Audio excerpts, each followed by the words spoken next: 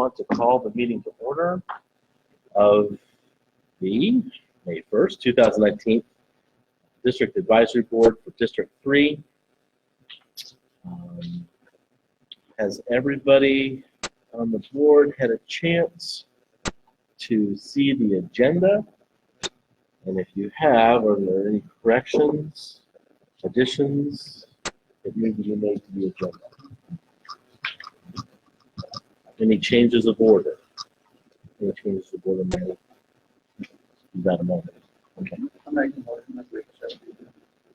All right, we have a motion to accept the agenda, and we have a second. Any further discussion? All those in favor say aye. All those opposed, same sign. Motion carries. Minutes for April 3rd, 2019.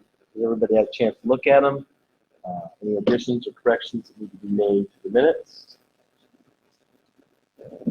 They aren't in the packet. They're just sent digitally.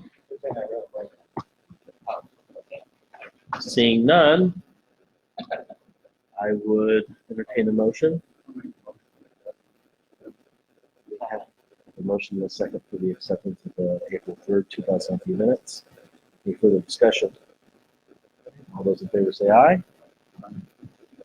Enthusiastically. All those opposed, same sign. You're opposed? I didn't. Okay, I'm already waiting for the written tonight. that's fine.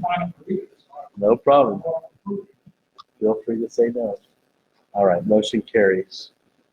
All right, we have staff reports. We're going to try to keep these as short as possible, just because we have quite an agenda today. Community policing, come on up. Mr. Sweetall, how you doing today? Good to see you. Good. Nice thing you haven't been here in a while. Officer Nick Sweetall represents Patrol South. Officer Chris couldn't be here today. He's actually on some special assignments, but he did give me some notes to pass along to you guys. One of the things they're doing right now, they're actually going to the alleys along Broadway, the Broadway corridor, and MABCD, just picking up a lot of the trash, trying to make the neighborhood look a little bit better in regards to the alleyways. The other thing is we recently got training in our vice section. Probably noticed that sometimes some restaurants or bars or gas stations, so things look like slot machines almost. So we've got some information that those are actually illegal, and so we're just going out and kind of warning the community and talking to them, letting them know that, you know, hey, these are illegal. We're going to use some time to comply with the law, and just kind of get some laws compliant. So that's what they're having our community policing units working on in the next few weeks or so. And in regards to stats, I just want to remind you guys if you have internet access, you're able to. You can also always go on and view our stats on communitycrimemap.com, communitycrimemap.com. So just to kind of follow up on that. So those are kind of one of the quick things you just wanted me to cover. I work on the homeless outreach team, so we're a citywide unit, and we do work in your district and obviously a lot of others. Some of you, if you don't know what we do, there's three of us officers, me, Officer Lowe, and Officer Chris Williams, and we dispatch all throughout the city through 911 calls that have to do with homelessness, trespassing calls, welfare checks, those minor type calls, and we really try to work with the homeless to try to get them connected to resources, and oftentimes try to be an alternative to going to jail, and really trying to get them the help that they need out here in the community. We have a goal of trying to get 100 homeless off the streets per year in the permanent transitional housing, and we met that performance measure every year. And since we started developing from 2011 until now, we've had a 77% decrease in our chronic homeless population here in Wichita, which is pretty good, showing that, us partnering with the community, with the partnerships out there and the providers, it's actually starting to work. So that's kind of a quick overview about what we do as a homeless outreach team. Do you guys have any questions for me by chance? Yes, sir. When you say get them off the street, that means living, a job. I mean, what exactly do you hope to achieve? Various different things depending on everyone's circumstance. Obviously, homelessness is very complex. If they have substance abuse issues, and they're drinking in public, maybe we can help them get into inpatient treatment. and turn their lives around, then help them get a job. And then now they're not going back to that park or that Broadway alleyway or something like that, and now we're changing their lives. They have mental illness. There's housing programs out there if they fit the definition of chronic homeless, like the City of Wichita, City County's Housing First program. So maybe we can get them signed up for that program. There's shelter space and also programs, the Eden Rescue Mission and various other shelters throughout the city. So depending on the circumstances, we're going to try to get them, out of that living outside condition and these programs that can change their lives and help them out. Yeah. Any other questions? Yes, sir. What's the numbers? Are they up or down? Our homeless numbers, they're down. Like I said, in chronic, when we started, it was 140 chronic. Chronic is defined as homeless for a year or longer with a disabling condition, which is typically mental illness or substance abuse. That was 140. We're down to around 32. So that's a 77% decrease. And our overall homeless population is also down slightly a little bit as well. The last 3 years, we've leveled off.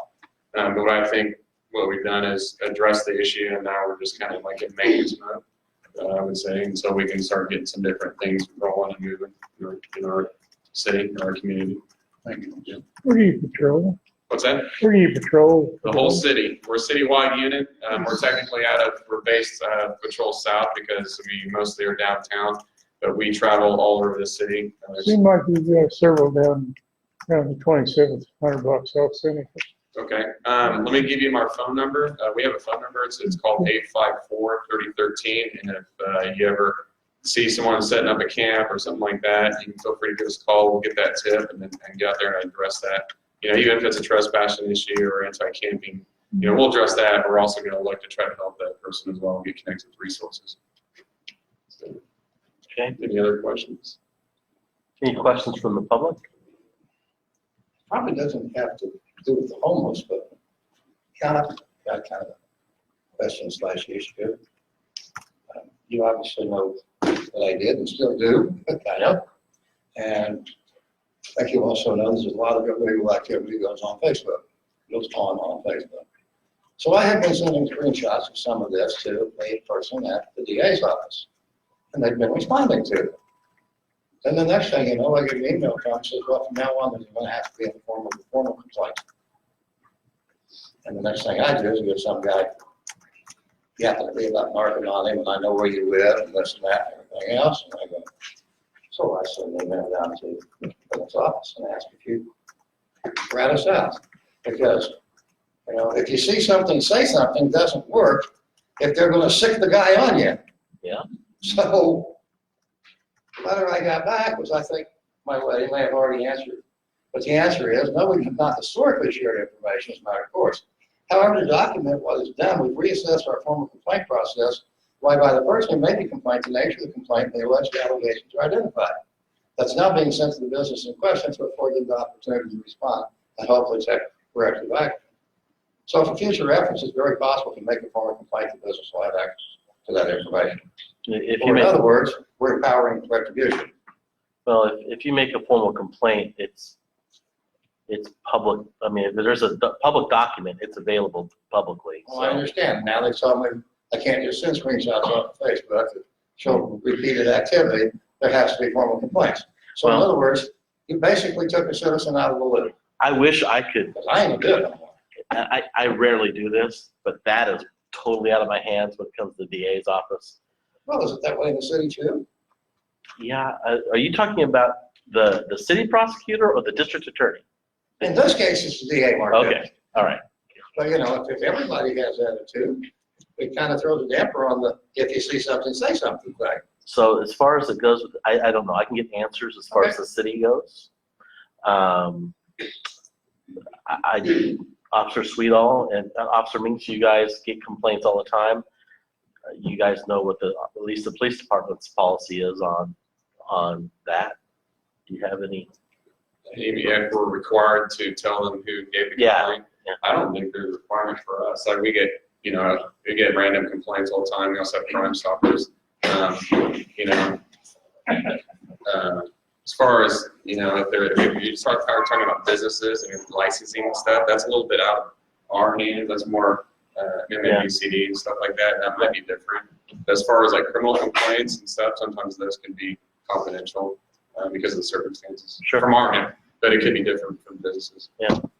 Okay, well, I can find out from city I prosecutors appreciate it, 'cause I think standpoint. it's just completely, We have one of them in the back of the room, actually. but Maybe we can ask Ms. Jarman a little bit later. She can give us an answer on that specific question. if these people were operating legally, there'd be no reason for this. True. Thank you. Thank you. Officer Mings, do you have anything? I have a few things. I won't take up too much time. One of the things I would like to share with you guys, and for those of you who participated in the Love Your Community event that we had this weekend, we would like to thank you for showing up and for your support. I think it was a pretty big success. So thank you again. The other thing I wanted to throw out there is we're going to do a it's called Real Heroes Fishing. We're partnering with I believe it's sorry, I forgot this. I'm passing this along for another officer. It's the Veterans Village. We partnered with them, and what we're doing is we're going fishing with a bunch of veterans. So if you would like to participate, we would love for you guys to come out. It is May 23rd at OJ Watson Park.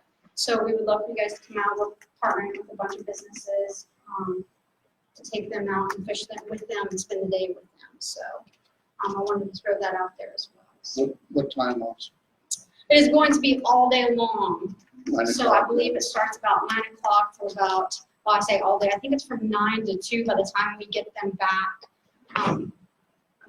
But we'll be fishing between those times. So, Good.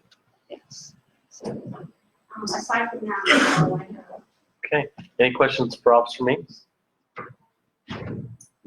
None? Thank you. Thank you guys for being here. All right. Wichita Fire Department, come on up. Good evening. I'm Lieutenant Kennedy, Wichita Fire Department. I'm stationed out of Fire Station 22 over on Dinker and Penrolic. And this is my first time to this particular DAD meeting, so I'm not really sure how it normally goes. But I brought information regarding our fire investigation unit and the fires that have occurred during April. And there were 4 fires that had a loss value to them. And the first one was on April 15th, and there was a result of possibly clothing being put on a space heater, so we started the fire. On April 16th, we had a incident where a trash was set on fire against the north side of the house. The suspect was on scene, so he was apprehended. On April 21st, we had a fire in a bedroom with multiple ignition sources from the area of origin. So obviously it sounds like it could have been an intentional issue. April 22nd was the final one for April of this year, and it was a fire in the back section of the garage and cigarette butts were found in the area. So that was obviously an accidental one, but it seems to be a common one whenever there are cigarette butts or some type of heat source around that people aren't careful about. One topic that I wanted to bring up was April every year is a burn ban for the city of Wichita, Sedgwick County, several other counties. And since it's May 1st, it is no longer applicable to the best of my knowledge. We do have with the city of Wichita Fire Department policy on recreational fire pits, and they tend to pick up around this time of year whenever people are spending time outside in the backyard. We get many calls from citizens about complaints or suspicious activity or things like that. The recreational fire pit rules, synopsis, is basically that it cannot be any larger than 3 foot diameter. The fire load can't be any higher than 2 feet. It has to be natural wood product, that being firewood, limbs, wood chips, that type of thing. And leaves are not one of those items, nor is burning plastic off the wire or burning trash. What is not leaves? Leaves. Leaves. Yeah. Leaves tend to create a lot of smoke, which there's people in the area that have health issues, breathing difficulties, things like that. Then it can aggravate that, and so that's one of the things that's not allowed. The fire pit does need to be at least 15 feet from any structure that can burn. That'd be a house, deck, fence, the neighbor's fence, neighbor's garage, those types of things. So, and the fire pit does need to be made out of non-combustible materials, things such as brick, stone, concrete, metal, those types of things. One thing that I'm not sure, driving around our area, I'm not sure that there is much concern about is for shake shingle roofs. There is a requirement that if burning is occurring within 500 feet of any shake shingle roof, the fire pit needs to be protected with a spark arrestor. Spark arrestor screen having a maximum of a 1/2 inch metal openings secured across the top. A few other of the items that are required is that the wind speed can't be any greater than 15 miles per hour in order to utilize it. And we do ask that some type of water source be close by. Fire hose is preferred to make sure that if anything does start getting out of hand, that you have some way of trying to prevent spread to structure other people's property, so on and so forth. So,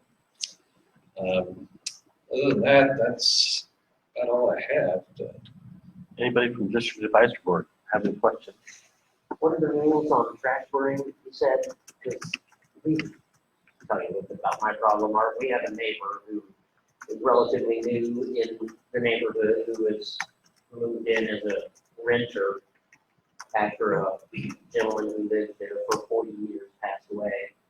And he obviously doesn't have any trash service. And so he's been burning trash in a barrel out back. So my big concern, now granted, we live on the far outskirts and we have acre lots. And, you know, a lot of us, I'll be quite honest with you, I burn my brush. You have to, because it's very expensive to take it to a landfill or whatever. We burn our brush down there, but I mean, there's a difference between brush and trash. Right. He's burning trash up close to the house, and so I'm concerned about it. Yeah, to the best of my knowledge, trash is not allowed to be burnt in the city limits. The requirements are pretty specific that it needs to be natural wood products. There are many times whenever we get complaints from citizens that have issues with people that are burning in a 55-gallon barrel, that, you know, obviously they're burning their trash. And whenever we get there, we can see that it's in there. And obviously, we make them put that fire out and inform them at that point of what the policies are and the ordinances are for the city of Wichita. But as Paul, No, it's not my trash. as Paul mentioned earlier, it's, you know, the problem. He can't rat them out. You report them, then they figure out who it is that reported them, then they've got to both. You know, especially when the guy's got a felony record. Yeah, It's not good. I understand that that's a sticky situation. Basically, with the limits that we have to work with being fire department employees, we don't carry guns. We don't have any way of, well, we can write them a ticket, obviously, if it continues. But that's, to the best of my knowledge, that's about the extent that we have is unless we get Wichita Police Department involved. If there are issues where it goes beyond that. What's a fine? What's a fine on the I don't have that information with me, but I can find out. Dave's got a question. So real quick, what was the question? Oh, my Yeah. question is on a fire pit, if you dig it, a dirt pit, is that sufficient dirt? As a, I would say so because it can't be burned. Can't burn ground. and then the fire load would be 2 foot high on the wood that you put in. So I want to make a clarification on something. If you have if you're concerned about your neighbor turning them in on something, you can always call Maddie. Maddie will turn it in, and They're gonna burn her house down. nobody will know. No, because what happens is when Maddie turns something in, it's like I'm turning it in, and it carries the same weight. And so, council member got a complaint about, and nobody's going to know where it came from. Maddie doesn't tell anybody where a complaint comes from. This still going live? Yeah, absolutely. The camera fell down. But So that's, that's the point of having Maddie, though, is she's that liaison between me and the community, and helps me get those sorts of things taken care of. So if you have issues, if anybody has issues and they're concerned about turning someone in, they don't want to be a mean person, but it's something that's causing a disruption in the neighborhood, you can call Maddie.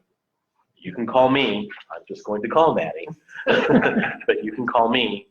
Yeah, you can. Don't call me now. I would also say that your issue is probably more of an MABCD, since everybody has to have trash service. Oh, That's an easier ordinance to prosecute. good point, okay. Enforce, so when that comes, I would do it Yeah. MABCD, not. Thank you. Everybody has. And- Yep. whenever we respond out to those types of things, we don't divulge, oftentimes we don't call about it. We just get it on dispatch. We go out, investigate. Right. You know, if you have multiple neighbors around you, you know, that's gonna be very difficult for anybody to determine who called. And obviously, we're gonna protect people's privacy if they do give a name or that type of thing, because I understand the stress that Right, this goes up. into it. This gentleman over here had a question about what the fine was. I told him that I wasn't sure, standing here, what that particular fine would be. We wrote a ticket. So, if need be, I can definitely find that out and report back to Maddie, Maddie. Maddie will get hold of me. All goes to Maddie. Absolutely. Okay, not to drag this out all night, but down at our place, we have this lake with a nice sand beach and all that. This is the time of the year when you clean out all the dead brush and stuff like that. There's nothing combustible around there but sand and water. Do you have to have a burn permit to burn off the brush pile? As long as it's within that burn pit size in the city, which otherwise you're going to need. You can just keep feeding the pit as long as it You can- stays within the. You can call down to our fire department administrative office and ask for a burn permit. And that way, in that instance, if you have a burn permit, then the amount of wood that you can burn at one time can be greater. I know the golf course does that almost every year back in the secluded corner. That's why it's Very good. Anybody from the public have any questions for our firefighters? Okay, Good work. thank you guys. We'll do our best. We Thank you. appreciate Do as it. best we can and keep on improving. So, Good report. Thank you. Appreciate it very much. Be sir. safe. thank you. Y'all have a good evening. All right. Okay. Next on our agenda tonight, moving right along,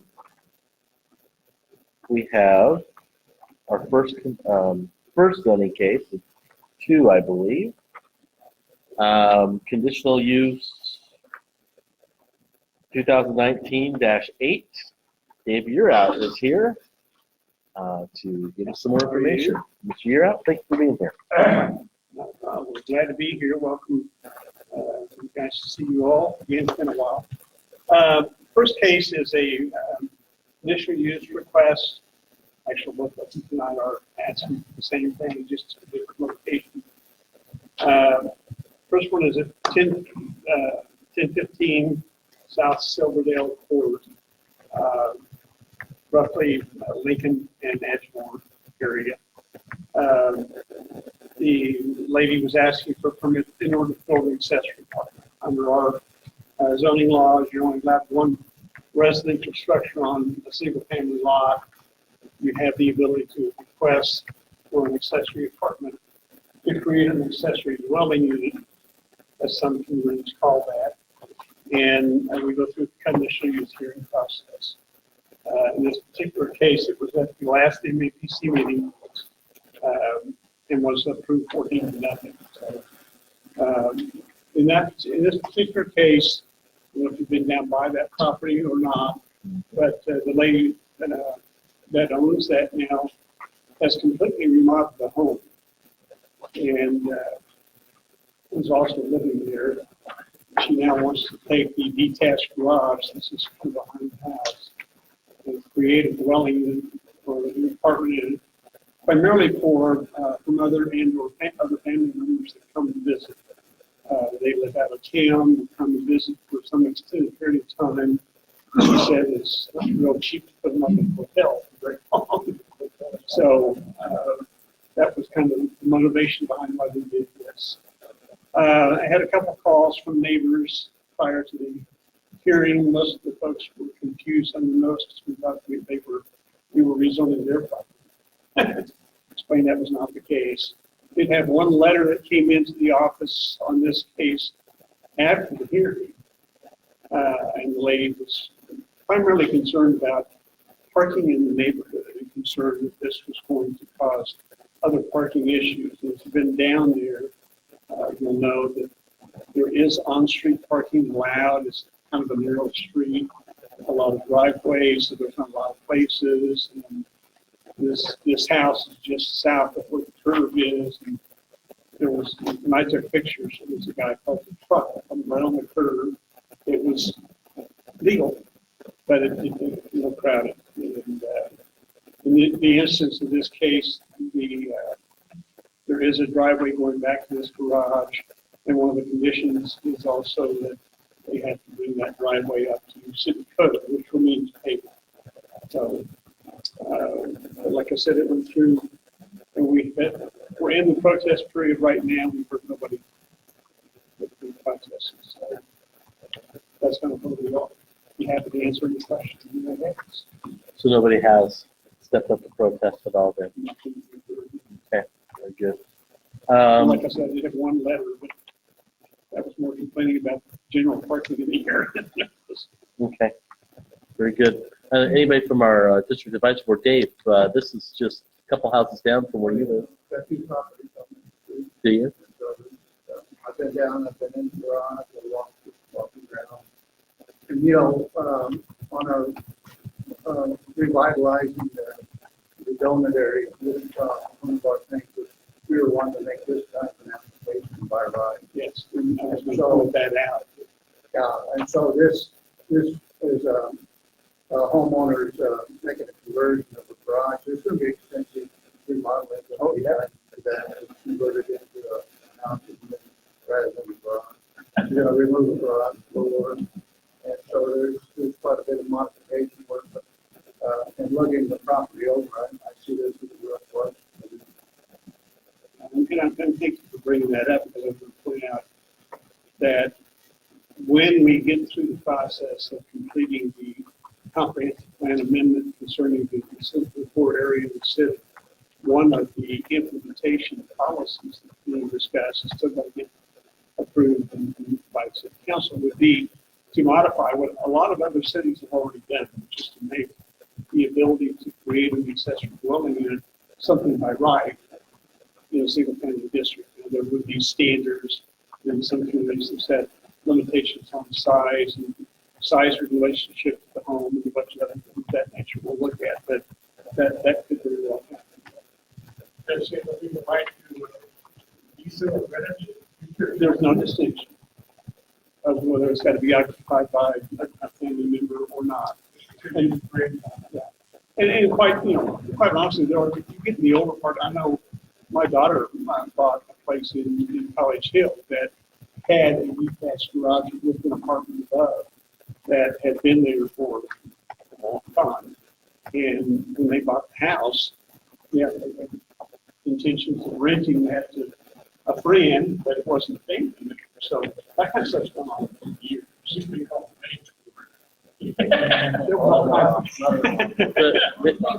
The interesting thing we see though with some of these accessory units in backyards, if people do rent them out, they're in somebody's backyard. They're usually vetting them pretty well. Yeah. So, anybody else have questions up here? Anybody? Oh, go ahead. Yeah. Sorry about that. You said the driveway has to come up to city code, that means from the curb back? Well, actually, the edge of the street. Okay, It's just gravel right now, and they didn't use it, they've got standard, which means for that. so it's just single wide driveway, Yes. can they put a There's double? an attached garage on the house on the north side of this property, Okay, and there's another drive that goes back to the other one, south side. that's all. Well, that brings up a question. They don't have to do the drive all the way back to the garage because it's not going to be used by an automobile any longer. And however far they want to take that, Right. if they want to park the car. So if they want to make a pad, I would think that'd be. That's an option. Yeah. No, you said city code, and I didn't know whether that's from the curb, clear back to new facility or, It's like David said, it will be how they want to use it. Now, if they abandon it completely, it's not an issue. As a drive entrance. okay, Yeah, it's no longer going to be a garage. I understand that, but his statement was, No, well, the condition was put in that way primarily because it was their call. okay, Is the applicant here today? She was at the hearing and we could see. Very She good. knew about this. Well, sometimes the We didn't talk about it. She was there. all right. I just didn't have look. I didn't know what you got. If there's no other discussion, I'm ready to make a motion to approve. Okay, we have a motion to approve staff's recommended action. A second. Although, any further discussion? All those in favor say aye. aye, All those opposed, same sign. Great, motion carries.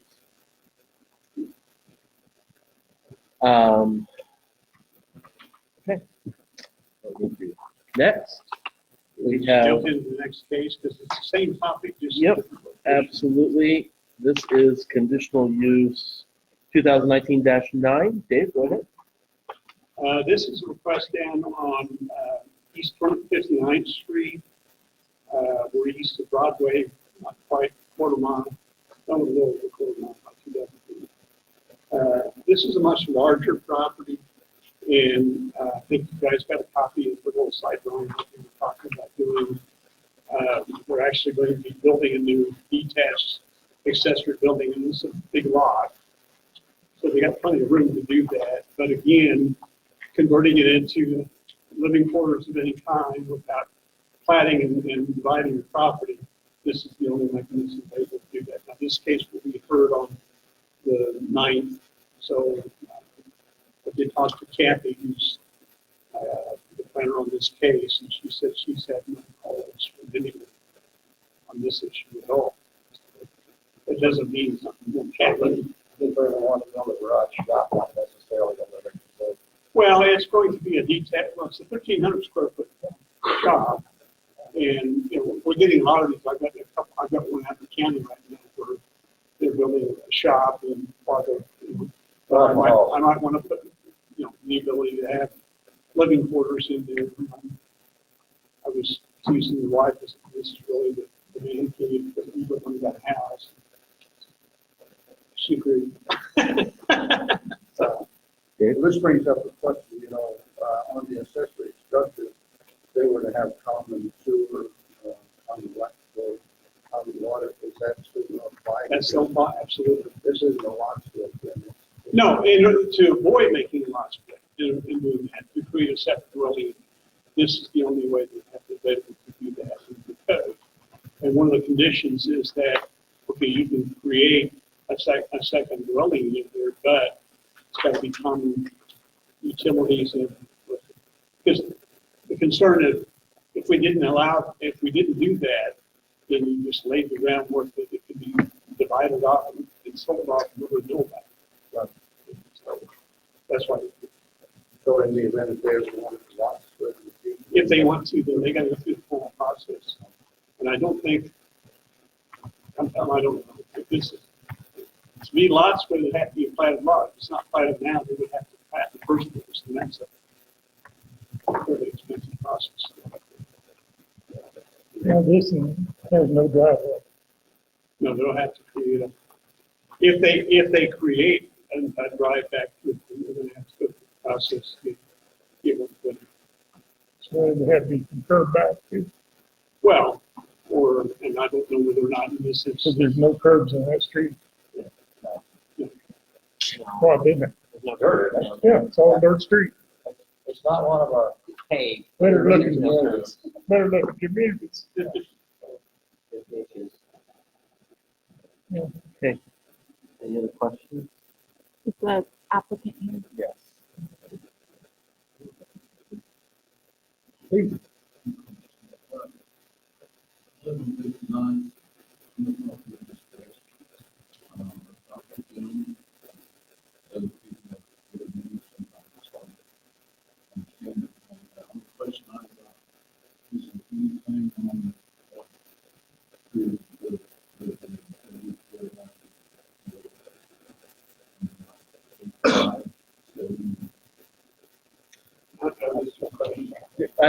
The question was, and I'll repeat for you. The question was, while they're building the structure, are there hours that they have to maintain in building the structure? typically not. I mean, that's. Yeah, even that's just like builders. Building permit, I mean, if there's concern about that, I would encourage you to appear at the EDC hearing and raise that if it's It can be. If that's an issue, historically, you know, somebody walks in the building and then we would build an accessory structure on the property. Hours. Our house is a long way, it's laid out. No, I understand you've got issues and they're not, more than that, I just said. I want to help. So we can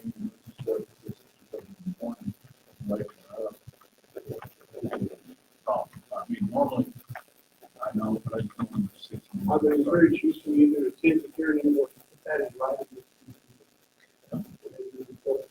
Yeah, that's something that MAPC, Planning Commission, they can discuss and add if they see. And that's sometimes, Yeah. they go big lawn, look at the lawn, long ways, and I don't know, other issues with it. Okay. Sorry. No, I know these. no, go. This is Jan Jarman. She's part of the city prosecutor's office. So.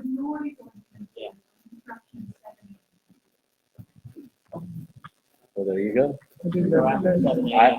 I didn't know the noise ordinance pertained to construction as well. So 7 to 10. very good. Thank you very much. Jim? We all learned something today. See, this is what you get when you come to a district advisory board. Sir, go ahead. Jim. Okay. 10 p.m. Okay.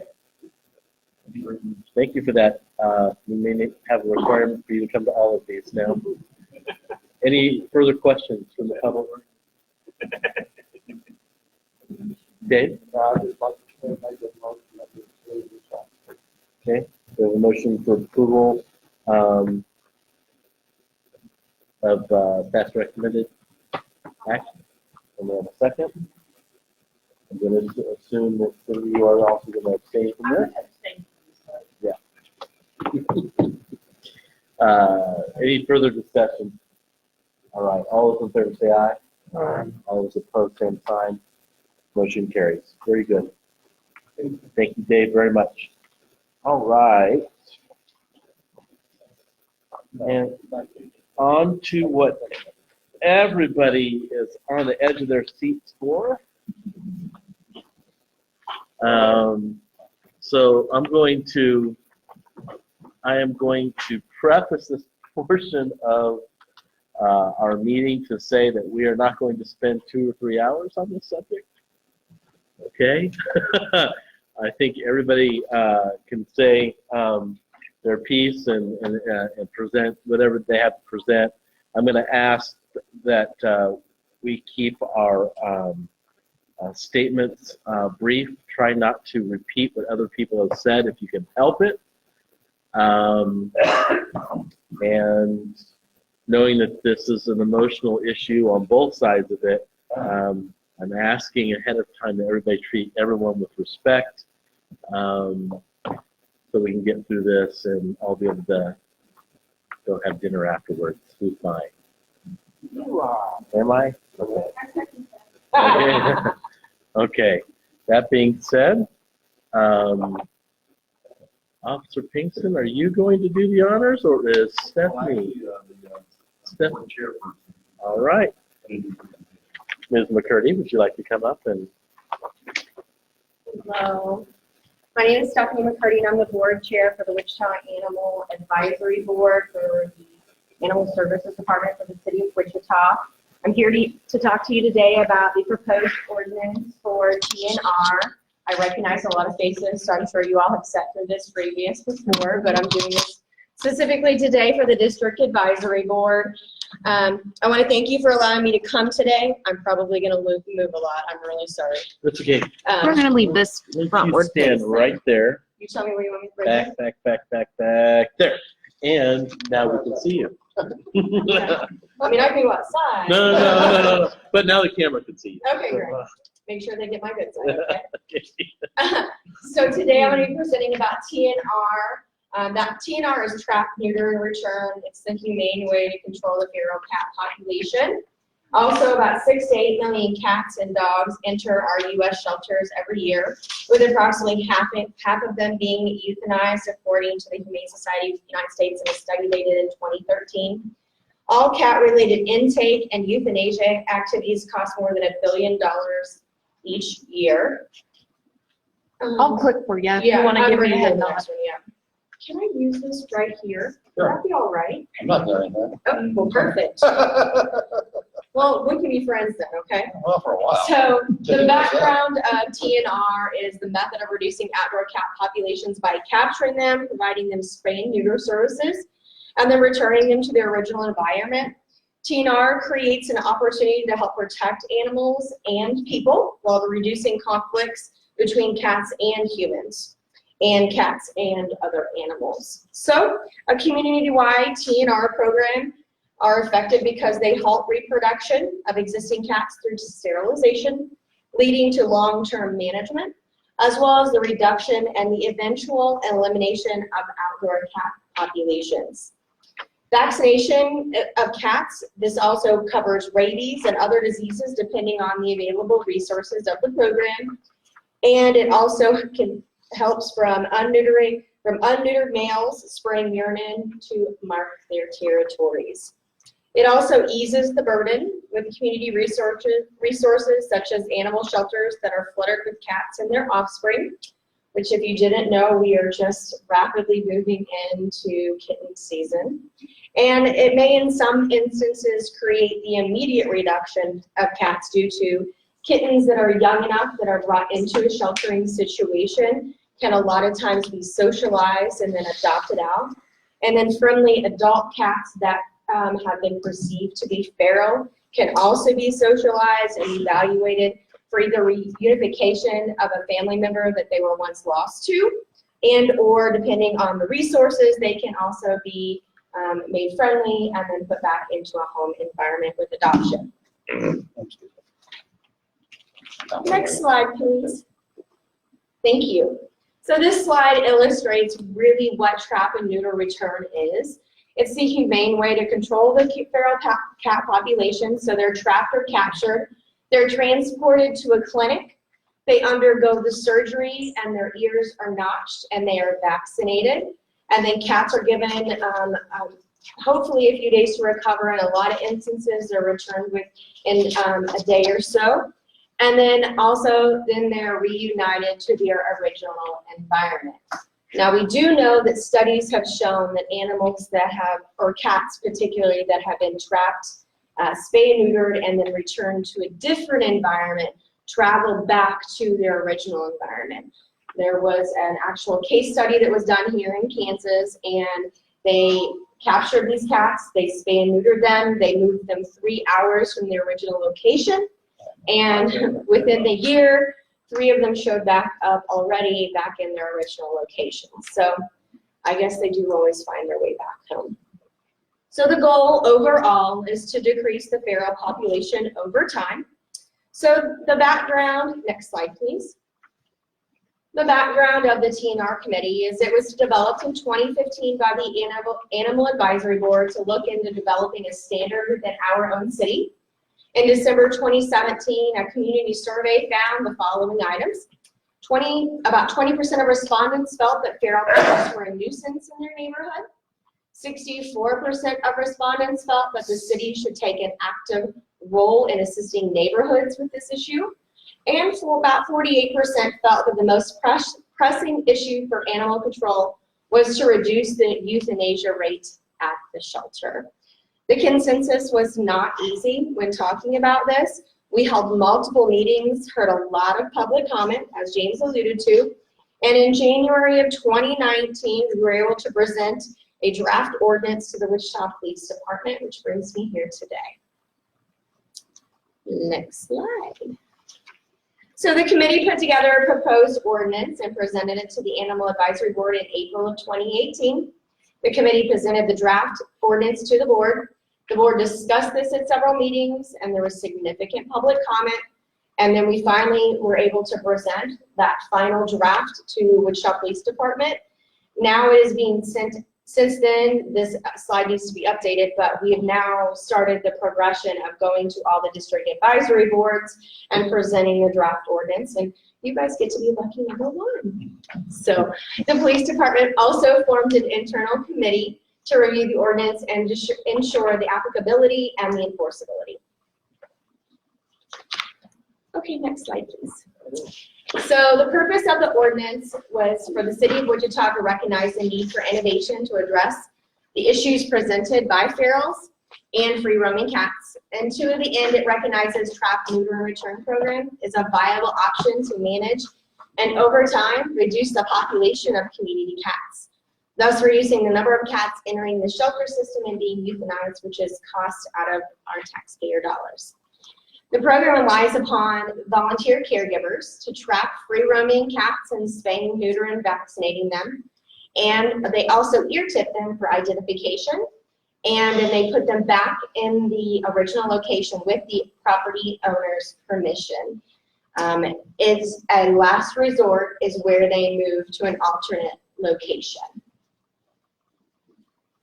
Next slide. So the creation of TNR ordinance is obviously to address the overpopulation of cats. It also creates a definition of what a feral and a community cat is and other specified subject matters. A feral cat is described as one that is unsocialized to humans and has a temperament of extreme fear and resistance to any contact with humans. And then a community cat means that it's an ear-tipped feral cat that may be cared for by a designated caregiver in the immediate area. Community cats are also not domesticated. Also, caregiver guidelines for feeding, watering, and any type of care that the cat may need after the spay and neuter services. So it costs approximately $20 to $25 for the Wichita Animal Shelter to house a cat that has been brought in. We hold those cats internally for 12 days. That gives the owner, if there is an owner an opportunity to reclaim their cat and or seek rescue or be able to be transferred to the Kansas Humane Society for adoption. If the 12 days are at the end, that is when the euthanasia process is. But to hold the animal for those full 12 days, it's about $240 to $300 per animal. And it costs about approximately $10 to spay and neuter, ear tip, and rabies vaccine, which is what a current community rescue is doing already with spay and neuter and trap neuter release. So just some statistics for you they're not on the board. In 2016, our euthanasia rate just for cats and kittens was about 1,630 cats. That's about 43% of the cats that were brought into the facility. And in 2017, we euthanized 1,227 cats, which is about 31%. And then in 2018, we euthanized 920 cats, and that's about 25% of the cats that came into Wichita Animal Services. So you'll notice a steady downturn of the percentage of cats that were actually euthanized. Most of that is due to multiple organizations stepping up and doing the TNR program without any city help. In 1 year, one organization reported they did 662 cats. That was in 2015. And in 2018, they TNR'd 1,017 cats within the year. Next slide. The ordinance highlights it has mandated registration of cat colonies. That way, if there's a colony that's in a neighborhood, it's known by the city where these cat colonies currently reside. It also has annual reporting requirements and then applicable enforcement by animal services if we ever needed that. Enforcement for that is able to be warranted is already defined in ordinances 6.04010, and that defines what a nuisance is. So Wichita Animal Services and the Wichita Police Department can still do their job and enforce any type of nuisance that a cat may have at a property. So tomorrow we're able to meet with some representatives from Oklahoma City, and those people that we're meeting with, they're going to talk about their current TNR and what they have done with their ordinance, as well as Lawrence and Kansas City have already put in a similar ordinance like this they have been doing for a few years now, and they have seen the decrease in the euthanasia rates at their shelter. Next slide, please. So the benefits of the ordinance change is it's more of a community-centric approach to solving the issue as opposed to being government-focused. And also it helps with the reduction of intake numbers of cats at the shelter and the ultimate goal of reducing the euthanasia regarding cats. The current reduction is at 25%, as I noted earlier, and that was a significant decrease from the 66% in 2013. Also, there have been multiple TNR programs around the country. One of them that is the most noted is in New York City. They did a TNR program and have seen a reduction in the euthanasia of cats. Cat-related intake and euthanasia costs more than $1 billion a year. However, it has little impact on the welfare and environment and public services that we currently have. Communities that embrace an effective cat management program such as TNR get rewarded with goodwill from their residents because we're able to identify and help reduce the population.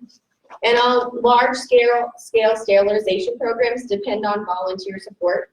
Non-lethal management programs will be readily supported by the majority of a community, as well as lethal control will not receive the same support as we've seen with the Wichita Animal Shelter with the euthanasia rates.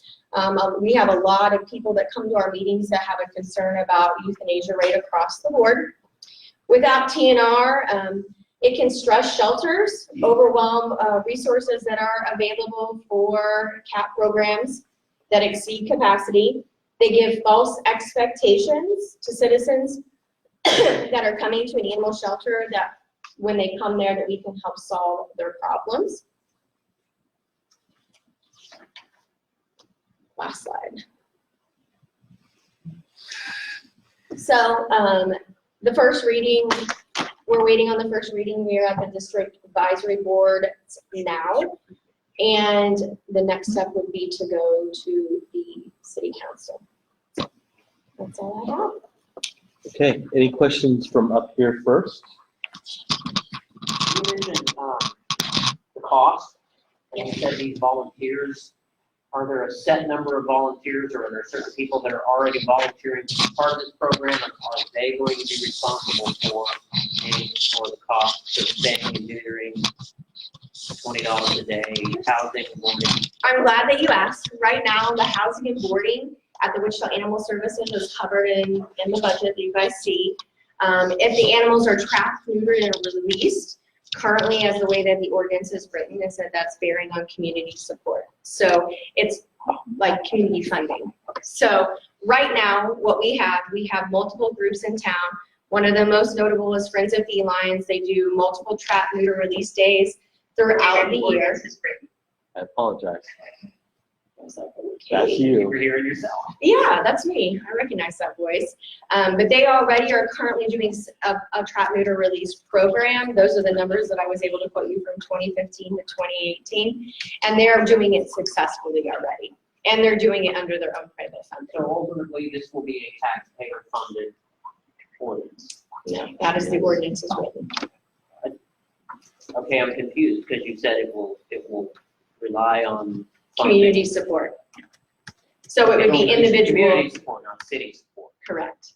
So what this ordinance does is it just makes everybody come into compliance. So we know that we have community colonies out there already with community cats. We want to make sure that we're able to identify those people, help them get the resources, stop those colonies from reproducing, because that's what's ending up in the shelter, and that's why our euthanasia rate stays the way So it you're is. confident enough that there's going to be enough community support from people who are interested in this, obviously, or who have a bone to pick with this, that they're going to raise enough money to keep this, to be able to enforce this ordinance then? So I can't speak on everyone's behalf. However, there are funds out there available that are grant funds that can be applied to this. However, to be able to apply for those funds or to keep doing what we're doing, we have to have a current TNR ordinance in place. Okay. Yeah. Yes, Mr. Luke. Yeah, on the survey and the ordinance creation, were there any animal professional medical personnel, vets, that were part of the impact of this, and did they have any impact on the results?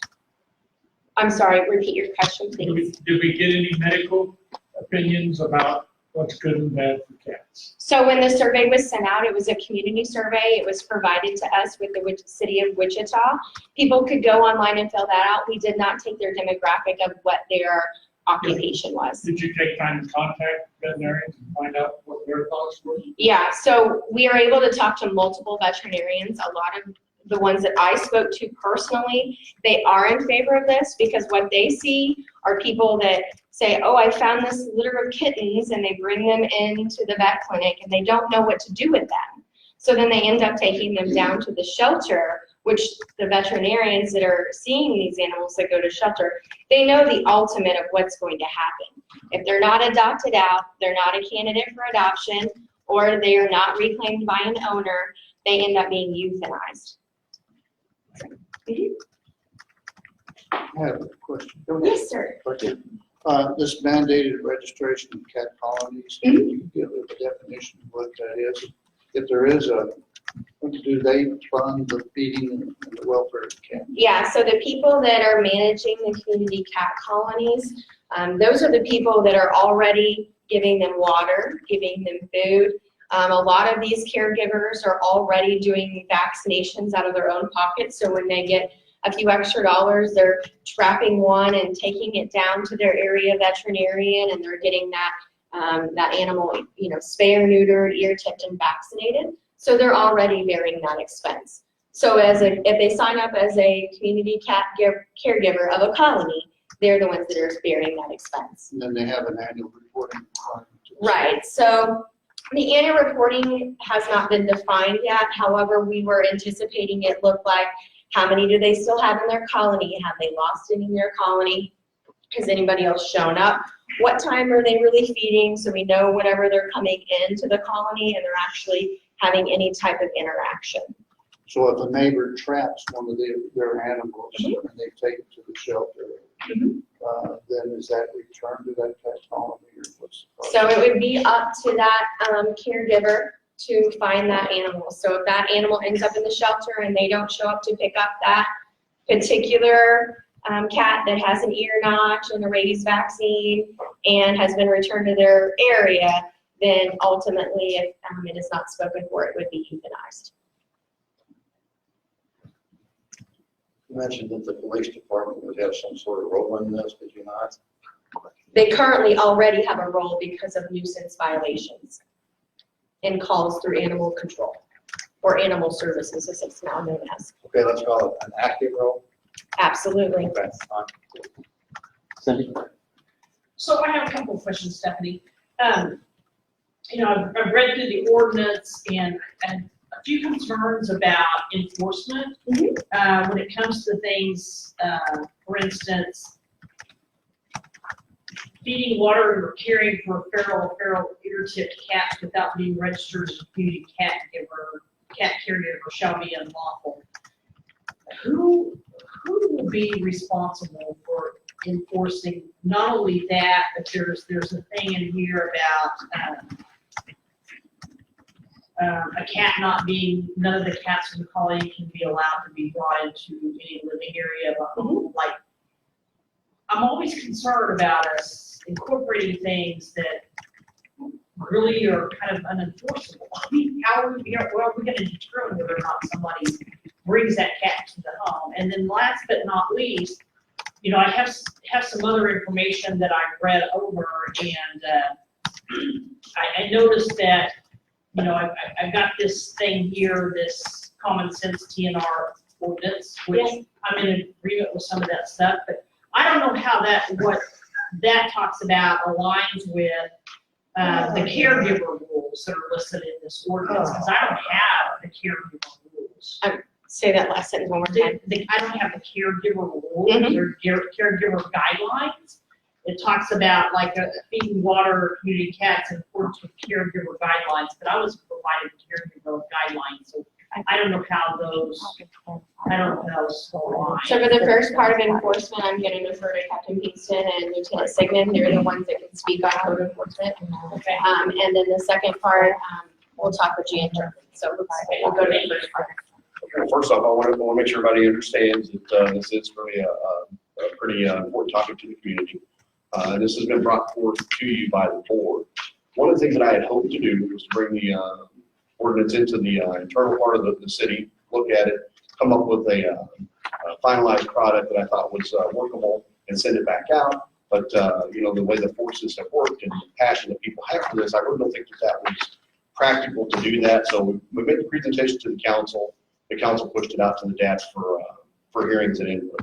When you talk about the caregiver guidelines, one of the concepts that we had thought of is it possible that we have caregiver guidelines that everybody has access to, but that can be modified without always going to the city council and changing the ordinance, because that is where you run into the big procedure. So if we had guidelines that were generic but enforceable through ordinance, that's what we would be looking for. And you know, many of you, I don't know how much you know about this, but I've learned a lot in the last 18 months. And one of the things that I would never have thought of, to be frank with you, is if you don't have specified feeding times for your cat colony cats to show up, if you're feeding them at 4 o'clock and the neighbors next door are feeding at 6 o'clock, your cat's going to eat here at 4 and eat there at 6.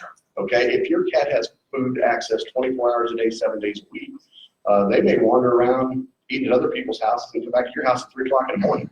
Okay? That's just simply how they work. So when you ask the question about unenforceable side of you know, cats being inside, the purpose of this is so that someone doesn't try to manipulate the system and have internal cats where they exceed the ordinance and claim, oh, no, these are just community cats. Well, when we watch the cats walk in, and we have very good people at our animal services division, and when we watch cats walk in and out of the house, they're clearly not outside owning the animals. That's where it comes from. Is it a perfect system that we have? Probably not, but you know, what I was hoping for, if this were to be adopted and the city were to take this forward, would be education first. That's what we really want. You know, the proponents of TNR that have come forward and talked to me with the passion that they have, and education is really the important part here. And sometimes, as a snowball effect would be, if you have a few cats and they're not, you know, spayed in or neutered, they're going to produce kittens. And where are the kittens going to go? Well, they're likely going to stay there. So all of a sudden, your 2 cats turn into 10 cats, your 10 cats turn into 50 cats. You've got a problem that's unmanageable on your own hands. So to say, is everything in that ordinance, you know, the way that is easy for us to enforce? I can't say that right now. This is a work in progress, so to speak. I think that there's going to be, I would think that the dads would want input, would want to say, hey, if we were going to go forward with this is what we would be looking for, and this is what we'd be interested in. You're going to hear from other people here that are going to tell you the same thing, I would think. That they would ask you if this goes forward, that you need to consider other things. But to say, for the enforcement side, is it completely there yet? Not really. But right now, all we really have is nuisance anyway. That's the only enforceability that we have. Or if they exceed the internal cat numbers, that they can have a variance and have up to 4 internal cats. Okay, that makes sense to everybody? Okay, thank you for listening to me.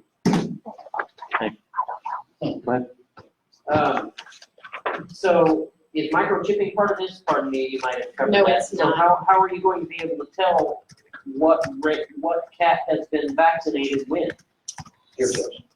So they get Ear tip is not. ear tips that shows that they are a part of a How colony. long, that cat, 3 years down the line, how do you know if that cat, even though it's got an ear tip, Got how do you know? You don't know, but you know that they at least got one vaccination, which there's a lot of studies out there that would say that they go a lot longer than the original year. that they had. I've heard that too, but I mean, still, it's like you said, it's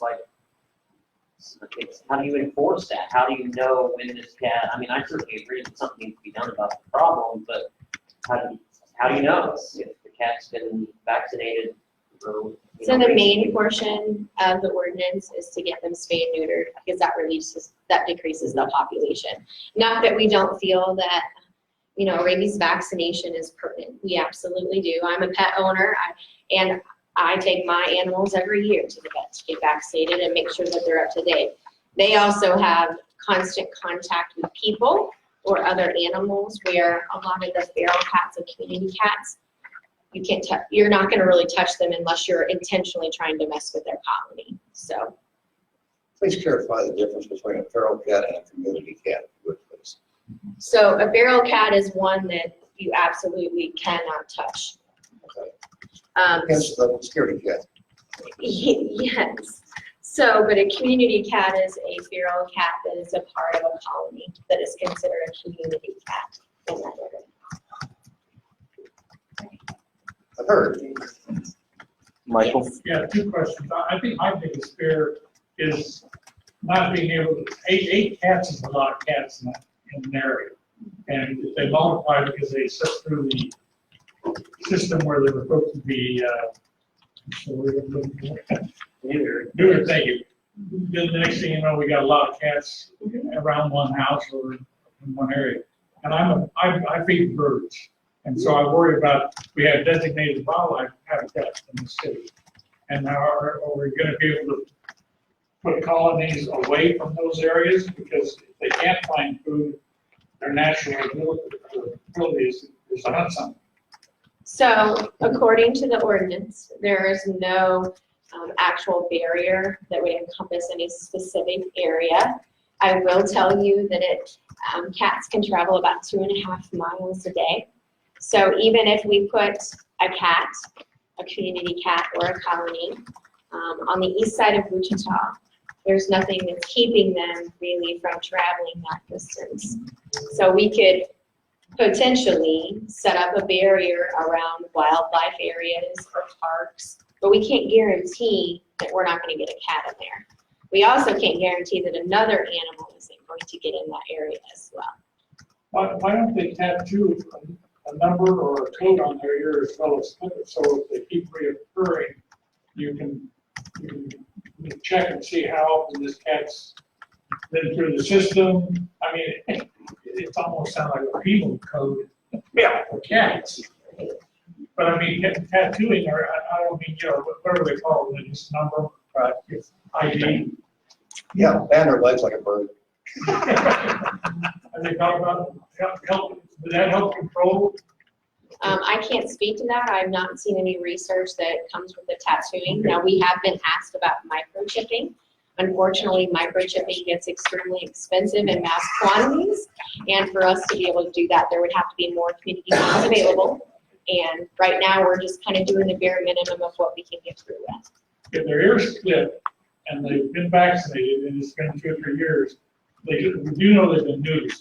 even though the vaccination. Yes, they might have, have not been if they have their ear notch, they absolutely have been spayed or neutered, depending on if it's male or Yeah, the female. vaccination, they were down. But we at least know that they're not reproducing. That's good. I have a question. What's the typical life expectancy on a cat? I don't know that particular answer. I am not a veterinarian by trade. I'm in the real estate business. But, I mean, I've seen cats that have lived to be extremely elderly, as in like in their twenties. Well, they got 9 lives, okay, so it'd be 9 times 10. But it also depends on their, you know, how healthy they are. Ours just won't let them play dead out in the laundry room. One of these documents here, you call it, trap and release. Mhm. Is it trap and release Yeah. or trap and return? It's on both. It's the same thing. Trap, neuter, release, and trap, neuter, return are basically the same. So I want to clarify, these documents that were handed out are from the community members. Right. Some of them were. Some of them, not from, well, here's one, yeah, these 3 right here. So just, the city didn't pass these out, the board didn't pass these out. I just want to make sure that we're clarifying that any of this info right here was handed out by community members. The ordinance itself is. The ordinance is from the city of Wichita. So I guess what I'm saying is I don't want Stephanie to have to answer for the questions that are, or the info. Yeah, I didn't see those other documents until I walked in tonight. Well, I thought maybe we had an official name that would. Trap, neuter, return is TNR. what ours would be. Because we want them to go back to the same area. But to his respect, I think that one of these documents was submitted by a gentleman who's been very involved in this process, so who knows? I only see one person, and it's a female here that was involved in the process. He couldn't be here today. Okay. Yes, Yes. ma'am. So as opposed to a cat colony, and a person who would somewhat be a caregiver, but they don't have the finances to do very much other than a little food and water, and that's about it. They've not been able to do anything else for the cat. And so, I mean, it's really well living next to that. And so is this where with an ordinance, if there would be that grant funding that would help in that, or would that? Yeah, so have you called Wichita Animal Control? No, we have had some who are some of them, that everyone is like trying to be compassionate. Because we're Trying to help. others and trying to figure out what the best thing is, and the person is just kind-hearted. But So my suggestion to you as a community member as well is if you've already reached out to Friends of Felines, which they do a great job, and they do the bulk of the TNR here in the community, the next step would be to contact Wichita Animal Services, and we can get someone out there to them. So a lot of times it's just trying to help them get services. So that's exactly what Friends of Felines does. They'll trap you to return. If you want to get me the address, I would be more than happy to work through it and try to help them as well. because like they got maybe half of them. Yep. And that's a year or 2 ago, and so you know. obviously- So the fact that they got half of them is probably good because you're probably not up to 50 cats yet. So Catherine, please send Maddie a note as well, because just send me a note as well, if you would. We'd love to help them, but we don't know that they exist unless someone reports it. So it could be that I live on a bubble, but do we have a bunch of crazy cat ladies that have 30, 40 cats? I wouldn't clarify people as being crazy cat ladies. You haven't seen the one I've seen. Well, you know what? I do own property in this district, and I am aware that there is a colony down the street from one of my properties. This is a Mulvey, and I think she's got 40, 45 cats. Okay, it's in Mulvey. Oh, yes. All right. Are there any more questions from the board? Lady over here. Well, let's finish up on the board first. I want to make sure that the board is done asking questions at this point. And for what it's worth, crazy cat lady is a generic term. Yeah. we might want to refrain from being so generic. Okay, we have several people.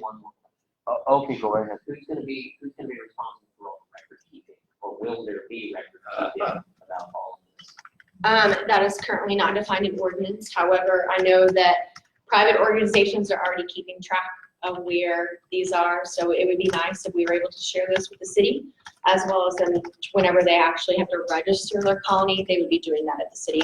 Most likely they'll end up at Wichita Animal Services to do that. We're gonna start from the front and work our way back. Okay, so George first. Okay, I'm gonna answer the question she had. This smartphone, I just got it because I wasn't equipped to have one before that. So, feral cat average lifespan. What is the average lifespan of a feral cat? More than half of the feral kittens are likely to die without human intervention. If a feral cat survives kittenhood, his average lifespan is less than 2 years if living on his own. If a cat is lucky enough to be in a colony that has a caregiver, it may reach 10 years. So that was a simple, just pulling that up. All right, so I'm gonna paint this picture for you guys. I grew up with cats, love them. TNR can be a good thing, but not this proposed ordinance. Had a 2007 car when my dad passed away, owned it for 3 years. It had $1,500 worth of damage on it from 3 to 4 feral cats that my aunt and sister had. I grew up with cats, so we were around them all the time. Currently, nuisance priority 3 is what Animal Services is a nuisance, okay, is priority 3. They can barely get to all the priority 1s and 2s. So if we think they're gonna get to a priority 3 nuisance call, good luck with that. I had a dog attack 4 of my neighbors. Then later on, it attacked me. And later on after that, a different time, didn't bite me, but attacked me. A 3rd time. Nothing done. Finally, a 13-year-old got attacked. She didn't get bitten, but attacked. Finally, they deemed the dog dangerous. So now the dog sits over there and barks all the time. He barks consistently. Where are they? It's not happening. You can see they let a dog attack me 2 other times that it shouldn't have been attacking anyone than the 13-year-old. Now, mind you, here's some numbers for you guys. The vote was 4-3. 2 of the people that voted for it, I believe, live in an HOA. They cannot have a feral cat colony in their HOA, but yet they voted for it. They're impacting me, who can have a feral cat colony, 8 cats living next door to me. That's just wrong. 2 that voted against it, one of them, they asked, did any doctors? One of them was the veterinarian that the mayor put on there, and she voted against it. The other one used to work at the Humane Society at a higher level. She voted against it. So that ought to give you some indication on who votes for what. Then they're going to make felons out of non-felons. Why I say that? Some person that would never think about shooting a cat or poisoning a cat, it's a felon. Me, myself, I love cats. Never happened. I didn't even a squirrel. But what I'm telling you is they're going to be making felons if this passes. And then the last thing that we should do, put it on the ballot on August 6th and let the community decide, and that's the primary, or November for the mayor's race. And let the people decide about this. Thank you. Sir. I am probably not politically correct. First thing I've heard out of the board is his idea, Mr. Lewis, of putting numbers on so that they can be tracked. My problem is that this TNR is very narrow-minded and does not do anything except protect the cats. I have 4 property owners, besides myself, that we have probably close to $2,000 worth of damages to our properties because of these cats. I'm in a blighted neighborhood. There is approximately 50 wild cats across the street from where I live. These cats are being fed by miscellaneous people, and their primary source of food and water is the trash containers. Now, I like cats. I like the idea of TNR, but it's a very narrow ordinance that does not address the nuisance, nor when they came out and picked these cats up and sprayed and neutered them, which I believe the female cats are fixed also, because I was told that they were not. Yeah, spay and neuter. Okay. That these cats were returned with no ownership or anything. These are HUD housing basically across the street. A lot of them are Section 8. These cats will return back there to live off the trash cans and drink water and come over and my place. My neighbor has had to take her cat and isolate it in her own home because the wild cats get outside the house and start causing problems. My house has had a broken window because the dog tried to go through it. I've had my dog hit, which is my fault. It's only 8 months old, but I wouldn't have this problem if the cats weren't on my front porch. My neighbor next door is getting ready to move. They're assessing him $1,500 in damages where the cats have been on his property and clawed at the house screen where the dogs are on inside his house. This conflict of the TNR is maybe a good idea, but it's very limited. It protects the cat, but it doesn't protect the owners of property around. I don't care if somebody does have a colony of cats, if they take, but when this TNR comes in and we got 50, the maintenance man across the street expects that there is in a 3-block area over 100 cats in this apartment complex to feed off the trash and water. This TNR is a quick fix and does not address the issue of all these feral cats. It's not a quick fix. It Once is- they're spayed and neutered, they don't reproduce. But they're brought back.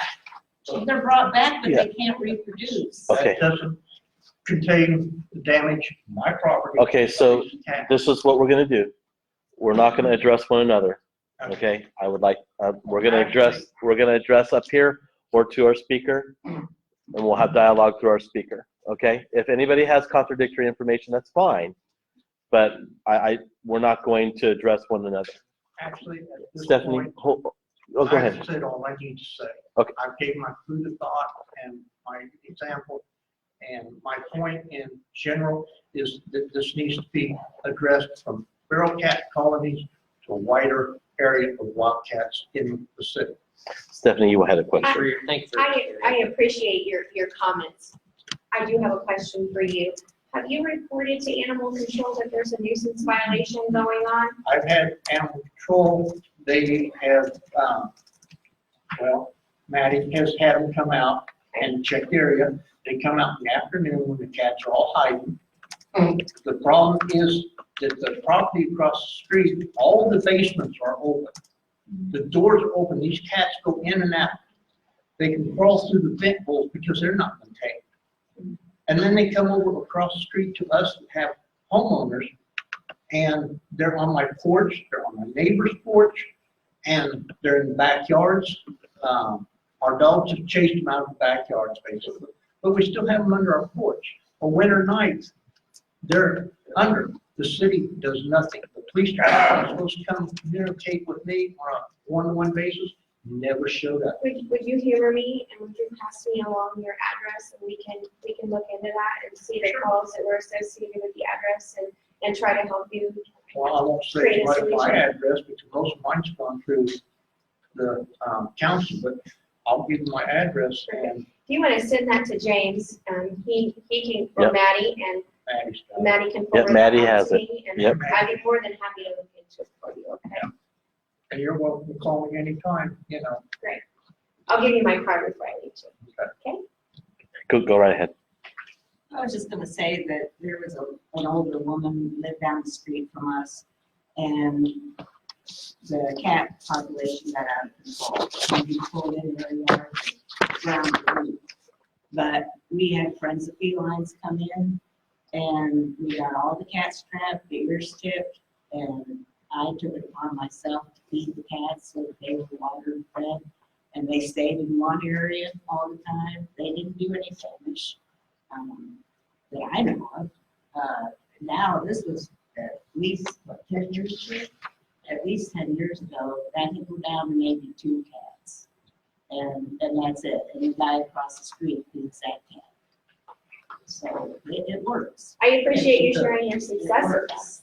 And I'm for it. Definitely for it. Thank you.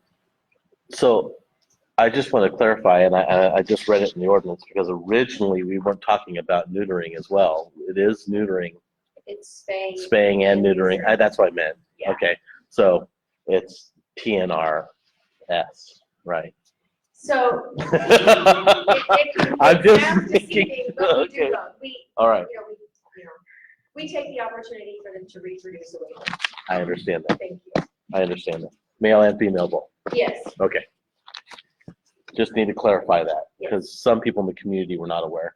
Perfect. Ma'am, I come to district, I'm from District 1. And I don't have problems with cats.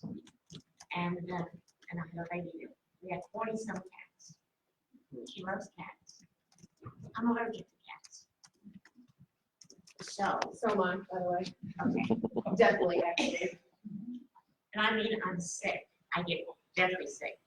So what I'm trying this year, this is why I'm president of the Matlock Heights Neighborhood Association. And it's close to WSU. And the reason I got involved was because of the cats. When I heard about this, and I wanted to make sure I come. I love animals. But what you're doing now, and we don't have enough people, cats produce within, what is it, 3 months, 4 months? This is how fast they do.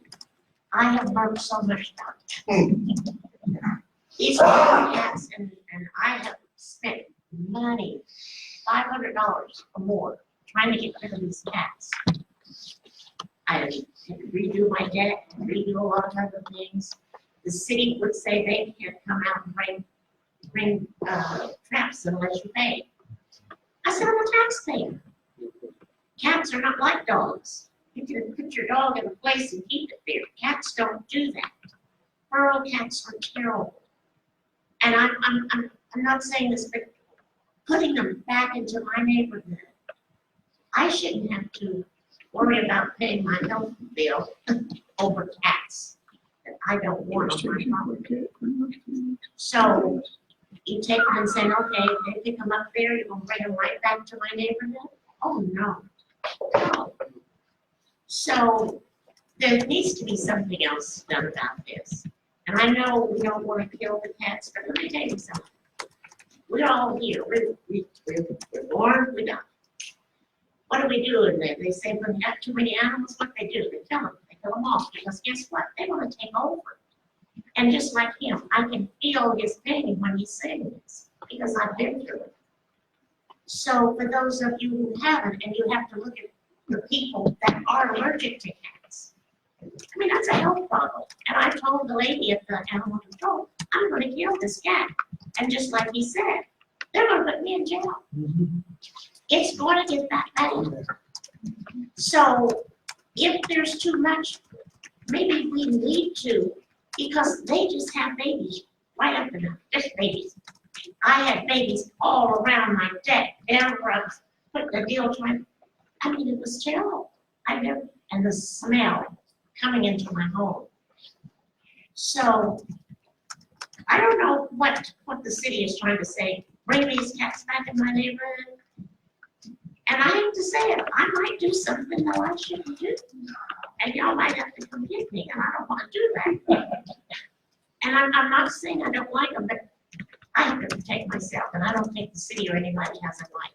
I'm paying my taxes. I own my home. I have my rights. Just because you love a cat, that don't mean everybody else loves it.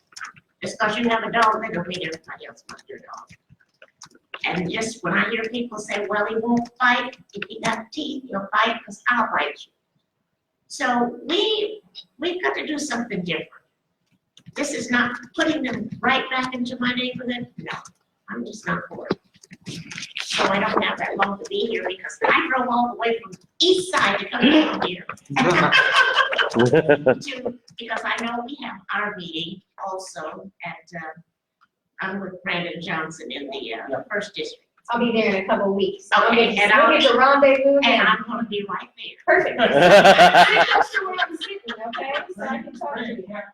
Yeah. Oh, no. Just like I said, this is the reason I'm president. I've been president for 8 years.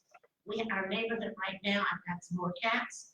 And I don't know if anybody here from Animal Control, do they still charge to bring out those Okay, What it is, it's $20 fee.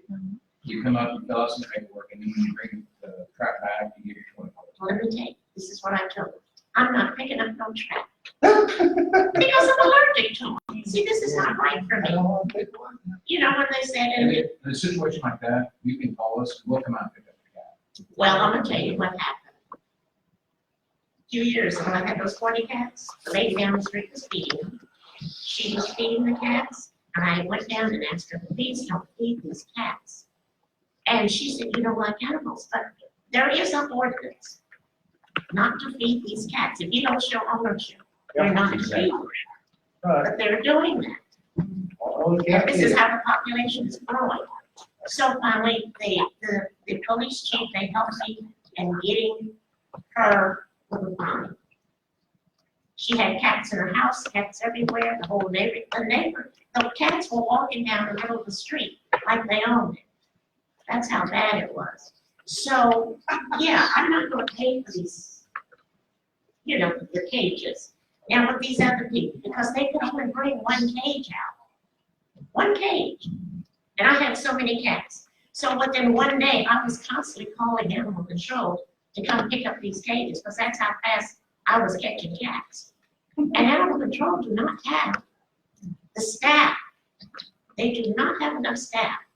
We've talked about this at May, because right now, I don't know if you're familiar with it, or you work with animal control. You're the commander. I'm Marilyn Overton. You probably haven't heard about me. That's right. Because, oh, you Woods? What is it? Lieutenant Brian Sigmund. Okay. So, you know, they all know me. So I, Imagine that. but they are short, they're short of help. So we have a problem, but this is not, I don't want this cat back in my neighborhood. So the best thing about the proposed ordinance is if an animal is picked up on your property, you have to get permission to bring that animal back. I mean, it is in there. I'm confused on that. What? Can you So explain if that? she calls animal control and animal control comes out, if it is a TNR candidate and it does end up getting TNR, for them to release that animal back to that property, they have to have that homeowner's permission. So what happens if they don't have the homeowner's permission? And the cat sits in the shelter, and in 12 days, after almost $300, the cat's euthanized. If nobody comes forward for it. I'd like to clarify that answer. They won't put it on her property, but they'll put it in the cat colony's property next door or down the street. That's my concern. That's my concern about this. Yeah, They'll just release it next door. But the animal has to be claimed, unless it's a part of the TNR program. So it's gonna be claimed by the lady down the street who's feeding them. But she's gonna have to pay the reclaim fee. She was charged, she didn't have to report, she didn't have to go through a lot of things. We're going through the court system for an ordinance violation with an actual fine is different than actually physically having to walk into animal control and pay the fine for the animal being picked up and then housed. And also, to get that animal out, they also have to be vaccinated. Now, she can only have 8 animals, right? Correct. So let's say she has 8 and she wants to play this animal, she can't have that. But they're not gonna tell you that. Yeah. This is the problem. The problem is people are not gonna tell you. They hide the cats, just like what he was saying. In our neighborhood, we have a lot of blight homes, like you said. We have no way of trying to find out where they're coming from. People not taking care of their property, their sheds are open. These things are going, those cats that are going into that, they're smart. And we're not smart enough to figure out how to get rid of them. And they're killing the birds you're feeding too. Oh, I know, I find it But I don't. Oh, you mean like I those just have to cats put my in 2 cents in. Well, I will see you in District 1. You will see me there. I'll bring an extra coffee for you. So I would like to make one point. We had an issue in a neighborhood, and I don't know how this can be addressed. Where we had called animal control. Animal control deferred to Friends of Felines, and Friends of Felines would not come and address the issue because we are in kitten season. What? Because we are in kitten season. When was Very recently. So I just want So I just want to make sure that as we're moving forward with something, I was really trying not to say anything, but I want to make sure that as we're moving forward that before it comes to the council that we can address that issue. Just for your information. Yeah, so I would have liked to have known about that before today, James. I know, I'm sorry. I'm not asking you to have answer my for it. cell phone I know, number. I'm not asking for you to answer for it right now, but I think I'm hearing so much from the community right now about this. And I want to be able, at least by the council meeting, to be able to address it. I agree with your statement, but a couple of things to say on top of the comment, because I want you to know that I'm avidly listening to you, and we're trying to make this better. I mean, there is not going to be a 100% perfect solution that's going to fit every single person here or in the city of Wichita. Agreed. But what we like to do is take the feedback and help create an ordinance where we can get everybody on board. And like Captain Kingston said, the best part about this is the education portion. And being able to educate people and homeowners and colony caregivers to help them be successful with this and to reduce the population of cats that are in your neighborhood or yours, or, I mean, having 50 cats, I mean, that's a nuisance, right? So there's issues going on with that. So we have to, right, but we have to create a solution. We're gonna go out We and have to come back, kind of since work you talked through to that us. as well. Okay. So this is gonna be real difficult. I'm gonna continue to go backwards and then come back up front, since we already passed this row. Just to be fair, go ahead, sir.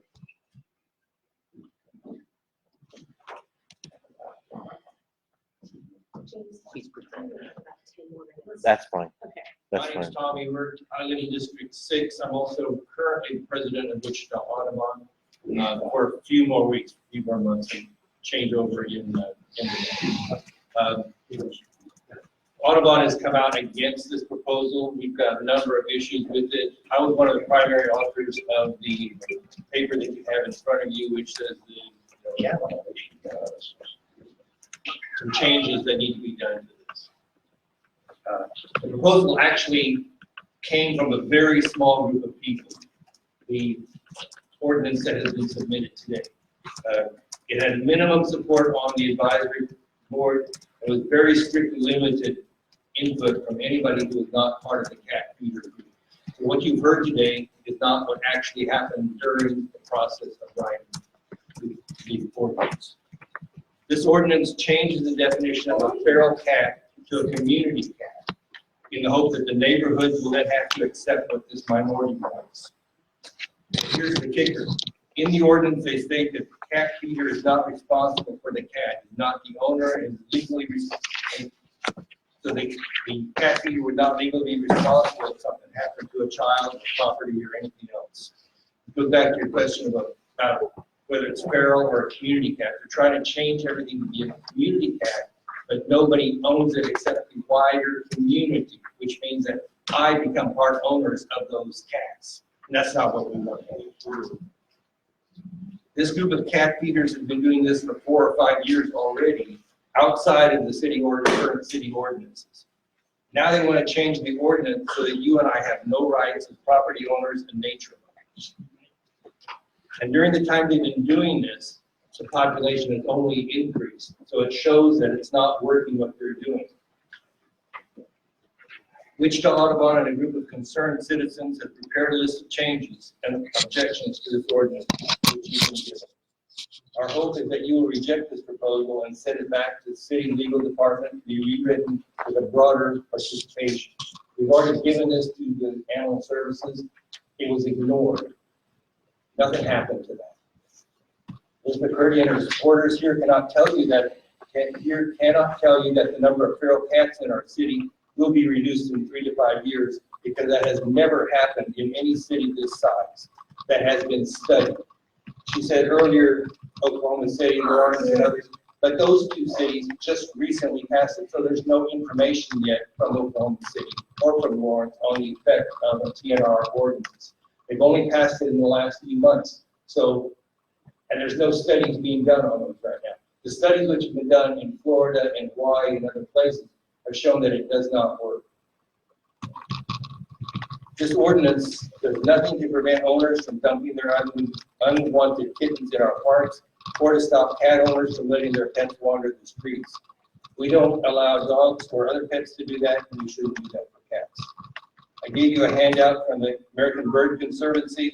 I wish you had time to read it before you have to vote, but there are other options than this ordinance. Another organization which you've probably heard about is PETA, People for Ethical Treatment of Animals. They are opposed to TNR. I urge you to go look at PETA and their cat policy. They're opposed to TNR because they say it's not healthy for the cats. The cats that are released back on the streets are not treated like they would like them to be treated.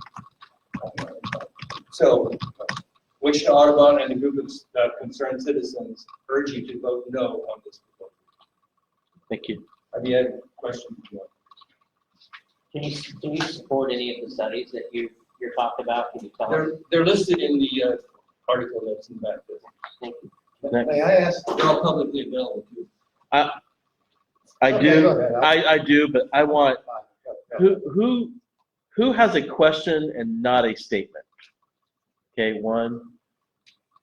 So I want to make sure Stephanie can answer the questions before she leaves. Go ahead, sir. My question is, when you ordinance states property owner, is there any variation or consideration for renters? I believe that we have currently gone out on, like if someone's renting a property, we do allow them to forge that complaint, correct? Yes. Okay. Another question? I have a question. I have Yeah. a statement, but I have a Okay, question. great. Stephanie, you said that the euthanasia rate has decreased from 66% down to 23%. Has the number of cats coming into the shelter decreased? Yes. Over those 3 years? Absolutely. And what's, because I've found out that it's not, the number of cats, so you think that the number of cats has decreased coming into the shelter in the last 3 years? Yes, by the numbers that were published by the city of Wichita, those numbers have decreased. Okay, well, that's not. And you were presented those at the board meeting as well. Okay, but I have those numbers and they haven't decreased. They've been 3,800, 3,900, 3,700. So they're per year, and it's from your stats. So the numbers of cats really haven't decreased. The decrease has been in euthanasia. But the numbers of cats have decreased. And I should have brought your stats. And I haven't brought your stats. And so, but I just want to know what she thought about that, because euthanasia rate is not the way it's just for the weather conversions. James, Yeah. can I make a clarification? Somebody said something about a felony.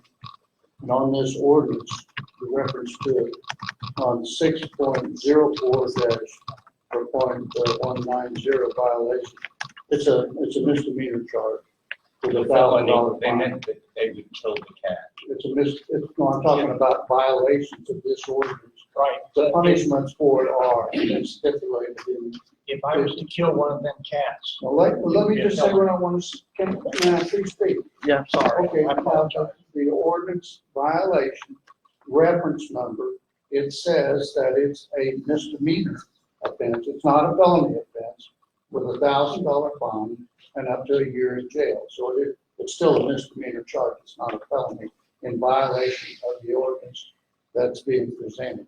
Okay. And any city can't come up, I don't think the city has the right to come up with a felony charge. Well, I don't know if this ordinance, does this ordinance cover a citizen killing a cat? No. Okay. Because I think their point was, it will drive people to kill a cat, To which is break true. other ordinances, yeah. Which is true in some cities. Dumping a cat, extreme cruelty would not be, would be a felony. Okay. So it's not a city. Yeah. That would be a county charge. Well, State charge. district charge, district court charge, okay. Any other questions? I know more questions might be generated. We'll write those down and we will make sure that you get them and try to get answers back to you all who, if there are more questions generated that we can't answer. Thank you, Stephanie. Thank you. I'm sorry, my mother had surgery. So. No, please do. Okay, next, go right ahead. My name is Ellen Corner. I'm actually from District 1, but I am a board member of the advisory board. I'm one of 3 members who voted against this ordinance, not because we're against TNR, but because this ordinance is not complete. I'm one of the people who signed as a endorsee to the Common Sense TNR ordinance amendments. We were in the process of working through this ordinance, and we were cut short by a vote taken by 4 members. The vote was 4 to 3. Of the people that voted against, sitting this on, and continue to work on this ordinance, because we 3 people want to make sure that it's an ordinance that's going to be able to protect property, protect citizens, and also protect the animals. Now, I will address your concerns about microchipping. Microchipping is not very expensive. It is $3. You can get a microchip for $4. I've already checked into how you can get our packages. It is important, for one of the things that we ask, you ask, how do you know when that animal has had its rabies vaccination? You don't. The only way you know when that animal has a rabies vaccination is by microchip. You just give it a rabies vaccination that is noted as microchip, and then say 4 years down the line, if that cat bites someone, it's got a microchip on it, and you realize that that microchip is not, that rabies is not good. Now, she said that the rabies vaccination is good for longer than 1 year. The AVMA states, and our health department states, that rabies vaccinations are only good for 3 years if you use the proper vaccine, and only after a booster. So if they say you have to vaccinate them once, and then you have to come back and vaccinate them a second time a year later. The TNR program is saying one and done is good, and it's not. Florida, the state of Florida, now has had in 2018, and I can provide that to Mary so you can see this, they have had an explosion of rabies in feral cats. They had 16 feral cats come down and be tested positive for rabies. The Department of Health Department in Florida says that they feel that this is unheard of. They've never had that in the state of Florida due to the TNR program, so the cats are being released back into the program with the 1-year rabies vaccination, that's it. They're being released instead of being taken out of the situation. I would love to send that to you. I think most of all, you need to vote no for this because this is not a complete ordinance. It doesn't protect people. One of the things that we 3 people wanted was a limit to numbers of colonies that could be in one area. They left that out. Now that happens if someone has, if you can have a colony of 8 cats, and there's no limit. You can have a block that's got 5 caregivers, times 8 is 40 cats. Okay? So we also, in these common sense addendums, we have addressed many of the things that we 3 board members were unable to get passed in this in the committee. And again, it's not because we're against TNR. I will tell you that TNR has never been proven to do anything but maintain a maintenance program in a city our size. They estimate for Friends of Feral Feline, and I think Best Friends, that we have around 100,000 in the city of Wichita stray and feral cats. Spaying or neutering 1,000 cats or even 5,000 cats a year is not going to decrease the numbers.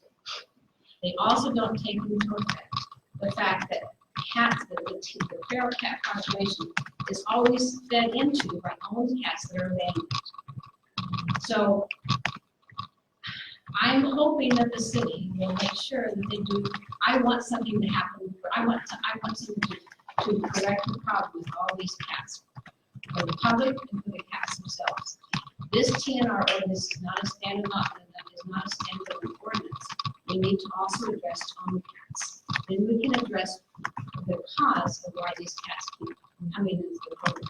And I hope to be able to have the city come up with an ordinance that will address cats, as to be able to do this, to require them to be spayed and neutered and be licensed in some sort of, taking even better care than just abandoning them. So I'm imploring you to not pass this ordinance as it is, okay? To look at the addendum that were put together by some very, I don't know if you read the endorsements. 3 of those endorsements are people, members of the advisory board that know that this is not the ordinance that is going to really, A, protect cats, properly, and B, protect property owners and people. The next thing I want you to be aware of, Okay, is that wrap up Friends- and give you about 30 seconds. one more time. Yeah. Friends of Felines only will help you if you want to have those cats returned. If you do not want those cats returned, they will not help. Next. Here's my email for the question.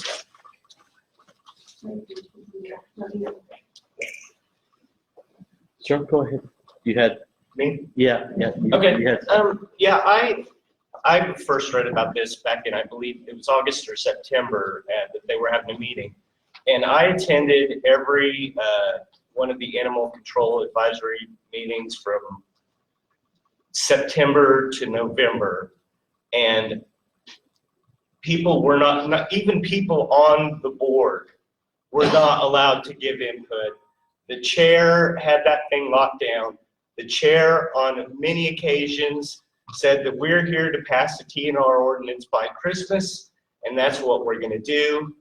The first meeting that I was there was a lawyer from Lawrence who represented the Friends of Felines, and for about half an hour, the chairman of the board and a couple of members went back and forth, and they let the lawyer for the Friends of Felines basically write the ordinance and tell them what they had to have.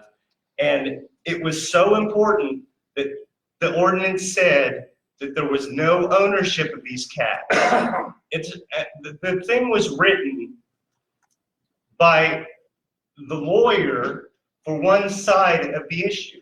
And I asked the question on the first day I was there, has there been any critical thought about TNR and whether it works, and if it's a good idea in the first place, and how much it's actually gonna cost?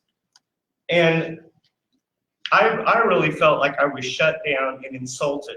A couple of times, people would ask questions, and if a board member said anything, the chair would step in, oh, we're not going back and forth with these people. You know, we're here to pass this ordinance. So, I mean, I really feel like the entire process, just like the member here said, accomplished nothing. It created an ordinance that if you're for TNR or against TNR, you can't get behind it. It doesn't solve any problems with feral cats. In my mind, the entire issue is feeding cats in the first place is what causes the colonies. That's what causes the colonies. And now the animal hoarders who are causing the colonies want to be considered the representative for the city, you know, and not own these cats and not be responsible for the cats or the damage they do to property or people or anything. There's no responsibility for these cats, and the property owners have to allow these cats to put paw prints all over their cars and crap in their gardens and everything else. And we, as non-TNR people, have to accept that these cats are now part of our community because, in my opinion, the entire thing is Petco Foundation is giving millions and millions of dollars to the Humane Society, and it's all about selling cat food. It's all about selling cat food. If you look at all of the money for this TNR program comes from the Petco Foundation. Petco Foundation is selling cat food.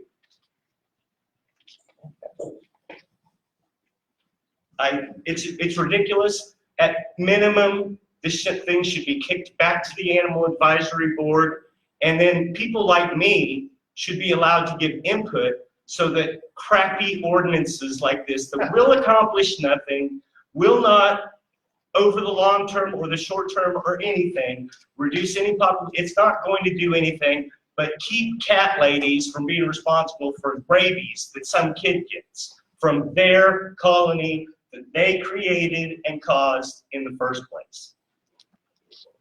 Good, thank you. Could I ask the gentleman with the on the side of labor, one that said something about, you know, letting the cats run loose?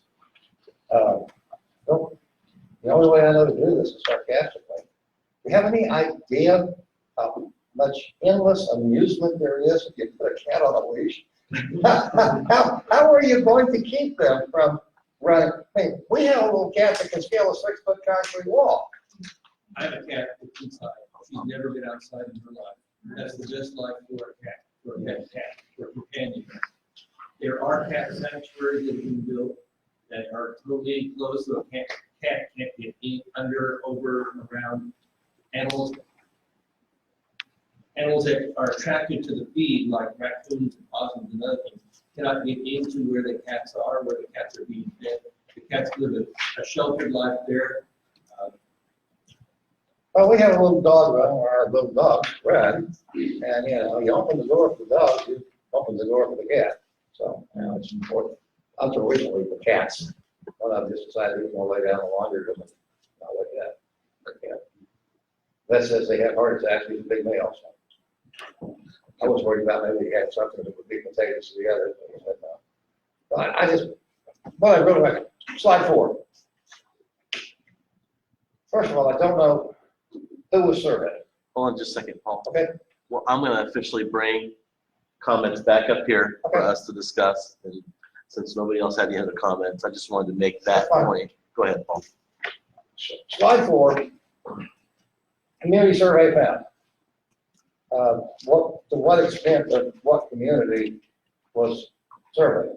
I really don't know. How'd you get to be a surveyee? I don't remember getting a survey. I can answer that.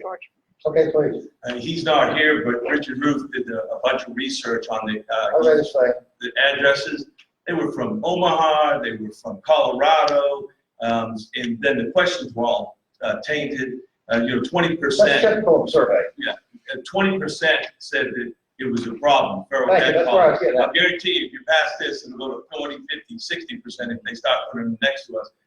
Well, that's what I was getting at. 20.63% felt the feral cats were a nuisance. It's 1 in 5. That's not exactly a mandate.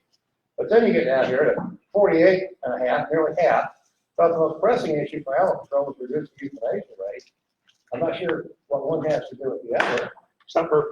Oh, okay, then. And then 64% felt that the city should take an active role in assisting managers.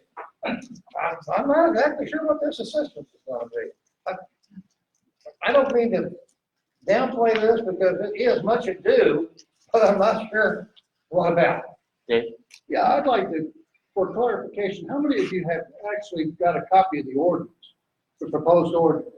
How many of you actually seen it? Okay, now we all understand that there's this would be a misdemeanor for violation of this act, okay? And for any law to be enforceable, it has to apply to everybody. Okay, now let's look here. It says a registered community cat colony may be declared a public nuisance by animal services. The registered community cat caregiver will be given notice in writing regarding the nature of the nuisance. If the registered community cat caregiver fails to resolve the nuisance within 30 days or fails to cooperate with Wichita Animal Service in abating the nuisance, the registration of the community cat colony will be revoked, and the registration for the community cat givers will be revoked. So they no longer can house cats. Your neighbor, whoever, legally, and it's a misdemeanor fine. That's what this teeth in this ordinance. If a community, number 2, if a community cat colony is deemed a public nuisance and its registration is revoked, the director of animal services or design may order one or all cats removed from the community cat colony. It shall be at the discretion of animal service whether the cats will be rehomed to a new community cat colony or humanely euthanized. The director of animal services or designing shall notify the individual of the denial in writing, stating the reason for the denial. Service of the notice shall be by certified mail. Return receipt requested or by personal service. Service or process by certified mail shall be considered obtained upon delivery of the certified mail in envelope. Number 3, if a community cat colony registration is revoked, The registered person may appeal the decision pursuant to section 6042-10. The appeal is not to decide whether specific cats will be returned to a registered caregiver, as there is no ownership of the community cats. But whether the caregiver will be allowed to harbor a community cat colony will be determined. Punishment, any violation of this section shall be punishable in accordance with 604.190, which is the 1 year in jail or $100 or $1,000 fine. And it will be a misdemeanor charge. This finally gives you some teeth. No. Excuse me, I didn't mean to interrupt. Is it illegal to feed stray cats now? I don't know what the current ordinances are. Everybody here is going to call. Well, what this does now, It's not being enforced now. well, what it does now is that it's dependent upon you to enforce this ordinance. And it's by you going after animal services, by filing the complaints, contacting Matt and contacting James and having them enforce this new proposed ordinance. This is, I've been dealing with Falls City ordinances for almost 30 years. This finally gives you some teeth. And this cat problem has been around since Hitler was a corporal. We've been unable to resolve this issue. And so I'm going to make the motion to approve this ordinance as printed, finally to give us, as homeowners, an opportunity to get some control over the cats in the city. Okay, we do have a motion on the floor. Let's continue with discussion. Now, it needs a second. Do what? The motion second. Any discussion? Well, in that discussion, we can get a second if somebody wants to Okay, second it. Well, I mean, Bob's rule orders, I got you. Do we have a second? I have a question. Okay, hold on just a second. Motion dies for lack of a second. Yes, it would. Before I let the motion die, I want there to be some questions. So we will hold off on the need to have a second and allow some more discussion. I just want to, real quick here, I just want to express that my biggest, I agree, it does give, there is some teeth in this ordinance, but my biggest concern with this, and I'm thankful enough not to have a cat problem at my home, but I sincerely sympathize with the people who do, because I do have an animal problem with a dog, but so I sympathize. If you tell me that if I did have a cat problem in my neighborhood or in my property, and I knew that the problem was because the lady down the street is feeding them and continuing the problem, and she is creating the problem by doing this, or he is creating the problem, and you're going to return those cats to my neighborhood? No, that's not. This is not. I've got a squirrel problem. If anybody wants to. It should be returned. I agree with him, and I think, I believe the state statute is that you're allowed to have 4 cats in your home, right? I think, why would you want to allow more than 4 in a colony if that's the legality of a house cat?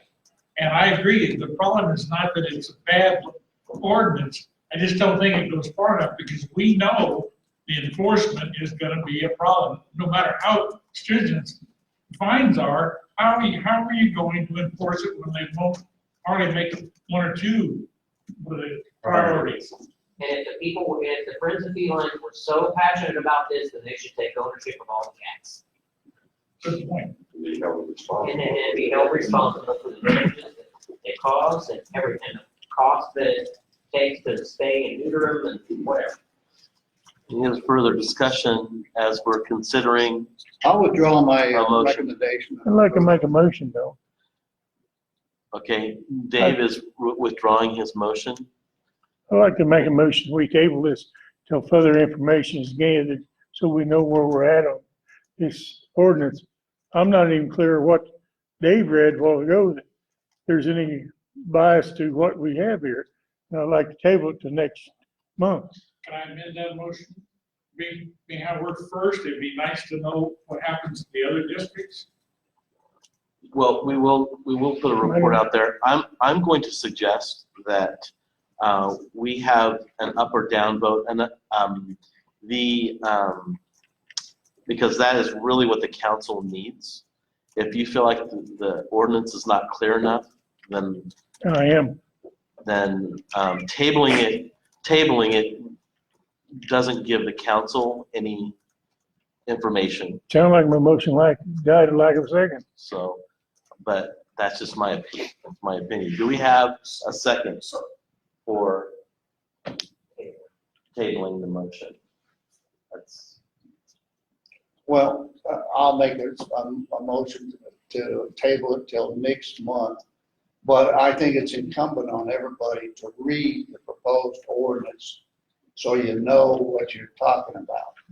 So this is real important. I think the proposed ordinance finally gives some teeth. And if we don't do anything on this, it'll be another year. And then it'll be another, and in my case, it's been almost 30 years that I've seen this cat problem kicked down the road. Well, at 6 o'clock, I was given this ordinance. So, yeah, I It will was make a emailed second. on Monday. I'll make a second. This? I didn't see the ordinance. I didn't see the ordinance in my The bag. ordinance was not included. Did other I people had receive? my packet. It was emailed on Monday when I got final confirmation from WPD of the ordinance we provided. It was emailed right away on Monday. So And it was confirmed. PowerPoint, I saw everything else you sent me, but I didn't see this ordinance. Well, everyone got the same email. I'm sorry. sorry. So we have a motion on the floor to table. And I seconded it. We have a motion and a second to table. I would like to make it. Further discussion? Further, okay, Go ahead. A substitute motion? a substitute motion. I would move that we recommend our city councilman not approve this for lack of questions about enforcing this, questions about returning these animals back to the property that they're causing problems on. This ordinance does not protect property owners, it protects the animals. And I think when worse comes to worse, us as humans, we have to take precedence in protecting ourselves and our properties, and these cats that are not their problem are causing problems for them. So based on those two things, I think that the city council should not approve this ordinance. We have a substitute motion on the floor. Second. We have a substitute motion and a second. We will take the substitute motion first. Any further comment? Any other substitute motions? Which one are we going to vote on first? We have to vote on the substitute motion first. So I'd like to make a substitute motion. Whoa. Substitute motion, actually. You can do. You know, I'm really concerned about the issue that we have with the feral cats, and I am not opposed by any means to TNR. I'm just concerned that maybe there's not enough teeth in this ordinance. And so my motion would be that we deny this at this time and we send it back to the board for reconsideration of this, how this ordinance is written, and that's my motion. Are there any specific instructions Well, I mean, when you send it back? I'd like to, you know, I'd like to see more teeth to it. I'm concerned about, you know, the cats being released back into an area where they're not wanted. I'm concerned if they're not released in that area, then they supposedly go to another colony. But the thing is, I'm assuming that in many cases, the colonies of 8 will remain colonies of 8. So if you've got 8 cats that you can't put back in an area, you've got to establish a new cat colony in order to have a placement for those cats. And Or they can't come back.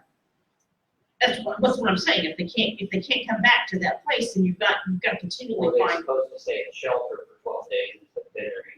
Right, I mean, I just think there's some issues, some things that need to be worked through with this ordinance to make it a better resolution for this issue.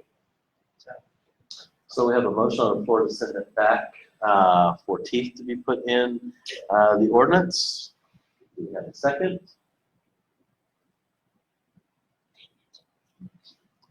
We have no second, so the motion dies for lack of a second. We will go to the first substitute motion to deny based on the points that were given. Those are in the minutes. And do we have a second? You did second it. Okay, I apologize. We have a motion and a second on the floor. Can you restate that motion, please? To deny the ordinance based on the facts that that cats should not be removed. Problem cats should not be brought back. If they're removed from an area, they should not be brought back to the same area at all, whether they've been neutered or spayed or microchipped or ear tipped or vaccinated. They're still going to cause problems with property owners who don't want them there and shouldn't have to deal with their problems. And also that the fact that I don't see how any of this can be enforceable at all. Which would go to your point about needing more. Yeah, I just first heard that motion as he was recommending that you go back to the city council meeting and deny this. The recommendation is that you guys would Recommend that. Clarification. denial. Yes. When is it going to be presented to the city council? It's not on. Again, Ms. Jarman, I apologize. Is it not on the schedule yet, is it? Yeah, it has to get through all the district advisory board. Okay, that's So, what I thought. So yeah. it may be June or July. Possibly, we don't possibly. Okay, we have a motion and a second on the floor, and we have clarification of the motion. Any further discussion? All those in favor say aye. Aye. All those opposed, same sign. Aye. Motion carries 1, 2, 3, 4, 5, 6 to 1. Okay, thank you guys. This could come back to us. This is not the end of the discussion for sure. Thank you to everyone in the community for being respectful, We have some food on it. even with a lot of passion behind this. Yes, sir. If at some point this thing fails, are we going to ask animal control to start citing people who are feeding feral cats? Well, I'll just tell you this. One of the reasons why this would be very hard to enforce is because of the lack of animal control officers on the street. And so we need to come up with a feasible way to add animal control officers to the streets. We also need to find feasible ways to add code enforcement officers to the streets. We need to find feasible ways to add police officers to the streets. So we've got, and in some cases maybe some firefighters. But so there are many issues that are intertwined in the budget. The reasons why sometimes some of these ordinances are not enforceable. Sometimes, regardless of how many animal control officers you have, it would be unenforceable in some cases. So that's something that we're going to have to take up budgetarily. And believe me, the discussions are happening. So I can't answer that. I wish I could answer that concisely for you, but that would be my answer right now. And just in my mind, it seems like animal control is cooperating with people who are breaking the law. Thank you. They're breaking the law when they feed the feral cats, but animal control and the Humane Society are helping them do it. I don't understand how that is acceptable to anyone. I think everybody right now, with a lack of an ordinance in place, I think everybody right now. We do have an ordinance in place, though. We're talking about a new ordinance. I don't disagree. We don't want to help people break laws. I absolutely 100% agree with you. I think that we're trying to come up with a workable solution right now with a lack of resources to enforce even what's on our books now. And so I think we're just trying to come up with workable solutions in and around the law that's currently on the books. So I know it doesn't seem right, but I think it's not an easy issue to grasp, so, or to find solutions to. I was just gonna say, I've had trouble with cats, got antique vehicles, and my neighbors, kept feeding these cats and feeding them, and it was a animal control person that told me that if I had proof that she was feeding these cats, and I had proof that it was her cats that was tearing up my vehicles, I could sue her. I gave her that information. She thought I was joking or something. I caught her cats tearing up my truck and showed her the video and the still pictures. And she did something about the cats because apparently there was some truth to it. So there's not that many animal catchers out there, but the ones that are out there, they do understand what we're dealing with. So you got to give them a little break there. But they helped me. Change to get it on the ballot? That would be I don't know. Is this something we could put as a ballot initiative? I mean, we can put almost anything on the ballot if it's written properly. Just put a 1-cent sales tax right at the. That's not open up the can of worms. Pay for the cats. That's not pay for the can of worms. Oh, right, a cat tax. The council, it would happen. The council would have as a majority vote to make something like that happen if it's possible. Don't you have to vote on my motion to make sure it fails? No, because the substitute motion took precedence. Robert's rule of order. Yeah, the substitute motion took precedence over your order, over your motion. Substitute. Only if you agreed to it. I agree to it. I, 8 people voted for the substitute motion. the substitute motion. The substitute motion takes precedence over the motion. Okay, I just want to make sure you Okay. didn't come back on you. I was gonna vote against it anyway. Is anybody in favor of the blank cats coming to get yourself? We're moving on. We've been on this topic too long now, if that's what we're talking about. Okay. Thanks so much, Michael, for reminding us we need to move along. Thank you guys for this. Any off-agenda items, things going on in your communities? We'll try to make this very quick. I never heard that trash. The city thinks about, I've heard a number of other cities instituting smart parking meters in their downtown corridors. And is the city of Wichita looking at that possibility, allowing people to use smartphone apps to pay by credit card for their parking, et cetera? I'm a big fan of those. We did a pilot project in the Century 2 parking lot quite a while back. We had some issues that we had to work through based on that pilot project. Why we're not deploying them around the rest of the city, I need to be actually briefing the city manager on that. But we have looked at it, and I'm a proponent of it. So I think it'd be a good idea. Agreed. Anybody else that would help people not get tickets? Okay. Motion to adjourn? Second. Okay, we have a motion, a second to adjourn. I'm going to continue with a little bit of discussion, but that's okay. I can call for a vote after. There are a lot of things happening. There are a lot of things happening in the city. One of the biggest things that we've talked about recently, that when we haven't been able to have the presentation here, is this ballpark. I just wanted to make sure that I was answering anybody's questions that they had tonight about, since we were skipped over because of scheduling, the ballpark and the issues surrounding the ballpark. Are there any quick questions that I can answer for anybody? That ship is sailed. Probably not. Yeah, we moved on to TNR. Yeah, I know, yeah. Okay, if you guys have any, I want to make sure that you guys can email me and I will answer any questions that you have. I just wanted to make sure. Just stop it. I do want to let you know that I keep getting hear from people that they're not happy about McLean being near. Oh, for real. Yeah.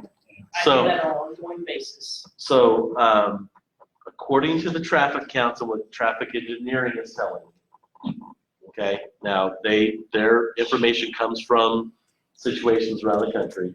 Since there are no turnoffs, except for one on Texas Street, that the traffic will flow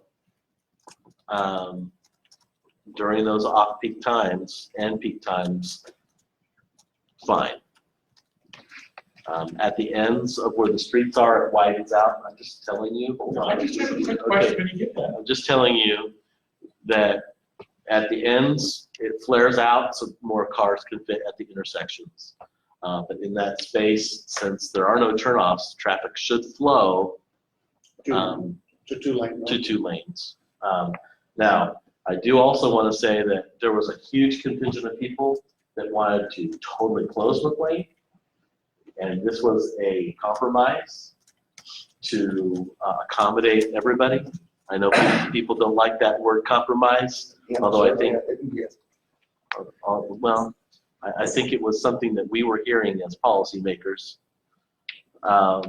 So I know I heard it loud and clear from both sides. So the bike lanes are all down there on the river. Do what? The bike lanes are all down on the river. Yes. We're not moving the bike lanes. So that's how we came up to that conclusion. I know it's still not a popular one. I get it, and I know a lot of people don't agree with traffic engineering, but go ahead. Well, I've been to a couple of meetings that are about the parking and the ballpark and traffic. And they keep talking about the average attendance of ball games, maybe 3,000, 35, 4,000 people. Average street people to a car, 1,200 cars needed. But nobody keeps bringing up these extra activities that might put 10, 12,000 people in that area. If it's a concert or if it's some entertainer that is very popular. And then you might have 5,000 or 6,000 cars converge on that area, because a lot of people don't like to go in crowds that they want to be able to come and go as they please. And I never heard anything about the other 200 things that might be going on. So, yeah, let me talk about that real quick. So one of the things we haven't talked about, because it's part of the development next door, is the other parking garage. There's another huge parking garage that's not even being talked about right now. It doesn't exist yet? No. Okay. It is going to also be a multimodal facility, which means, stop it. What are you doing in a parking lot besides park? Which means there will be a trolley stop and bus stops within the parking garage on the bottom level, including places for Uber, taxis, and that sort of thing as well. So it's going to be, plus the scooters and the, whatever else, bikes. Ooh, bikes. Zip bikes, I know. In the sale of the 4 acres, can those people turn those into parking lots? No, and do it? no. Because that's what I would do. I'd make my money in the parking lot. No, so, but there's a whole section of parking that we're not even talking about yet. Okay. And so. You got a year. It's tough. It's tough to not talk about some of that stuff when those plans aren't finalized with the private development. Everybody here in your board must be too, wondered, what way would Paul have voted? On what? He's been sleeping through the whole thing. The Well, I TNR, was in the other room. yes, the TNR deal, how would you vote? What was the motion? To not accept it. I'd probably went along with that. And we can't add it, I just wanted. That's okay. But what I would like you to do, when you talk about parking, just for fun, go on your Google Earth to Springfield, Arkansas, and look at the stadium where the Naturals are playing now. Just get your sky view of the parking there. And keep in mind that the team gets all the parking revenue. Well, and this It's a 3-mile walk in. this complex will have more parking available near it than most stadiums, most modern stadiums have. So we need to take that into consideration. I'm just saying, See, I'm hoping, Dave, we ought to get 10,000 people to show up. So you know what, you make a kind of a point that I wanted to make. If we have a parking problem, that means we have That's a good thing. lots of things happening, and that's a good thing. I honestly hope that we have so many people down there that we have to come up with ancillary parking somewhere. I think your parking problem's kind of like the seats of interest. People go there and the seats is too small, they don't want to go back. So They go I somewhere want, where they can't park, they don't want to go back. I want to make one quick point, and then, Okay. and then we'll. We've already got the motion in a second. Yeah. We have a lot of people that complain about the parking at Intrust. We still have a ton of people that complain about the parking at Intrust. Survey studies are done, people are talking about it. You can get out of Intrust Bank and on your way in 10 to 15 minutes once you leave the complex. Parking is spread out all over the place. People are utilizing it well, but it's still about a 15-minute, you can get out of there. If people go back in history a little bit, and you go to a concert or anything out at the Coliseum, it would take you 30, 45 minutes or longer to get out of that parking lot. Oh, that's good. And you would have to actually walk twice as far to get to your car than you have to now leaving the arena because of the amount of space it took. We transposed the Coliseum parking over the arena parking, and it was double the size. It went from Douglas all the way to Kellogg, and from, I think, close to the river, like Main Street, all the way over to Washington. Huge area. So I think the biggest issue right now is people's perceptions. There you go, perception is reality. It is. It's people's perceptions. If you can't see where you're walking to, you feel like it's further. But if you can see where you're walking to, you don't have a problem with it. So We had a parking in an alley down south of there. we're really trying to analyze parking, and I'm confident that it's going to be fine. But honestly, I do hope that so many people are down there, we have to come up with other solutions. I wanted to make it aware, right, currently, the ordinance, you can have 2 cats. With an animal maintenance permit, you can have 4. Captain Dingston keeps wanting to call it variance, but it's animal maintenance permit, you can have 4, which you have to apply for. And then you can have a variance for 4 more, but like within 200 feet of your house, everyone has to say you can have those extra 4 cats, which if you have one that says no, it doesn't happen. So although they've told me that there's some vacant houses where around 200, they'll get that variance. There's no one living there. Well, yeah, okay. But no one's going to sign a variance off for 4 more cats. Currently, that's the current. Bunch of cats. You find this for me? Yeah. I come back over here to get it. Okay.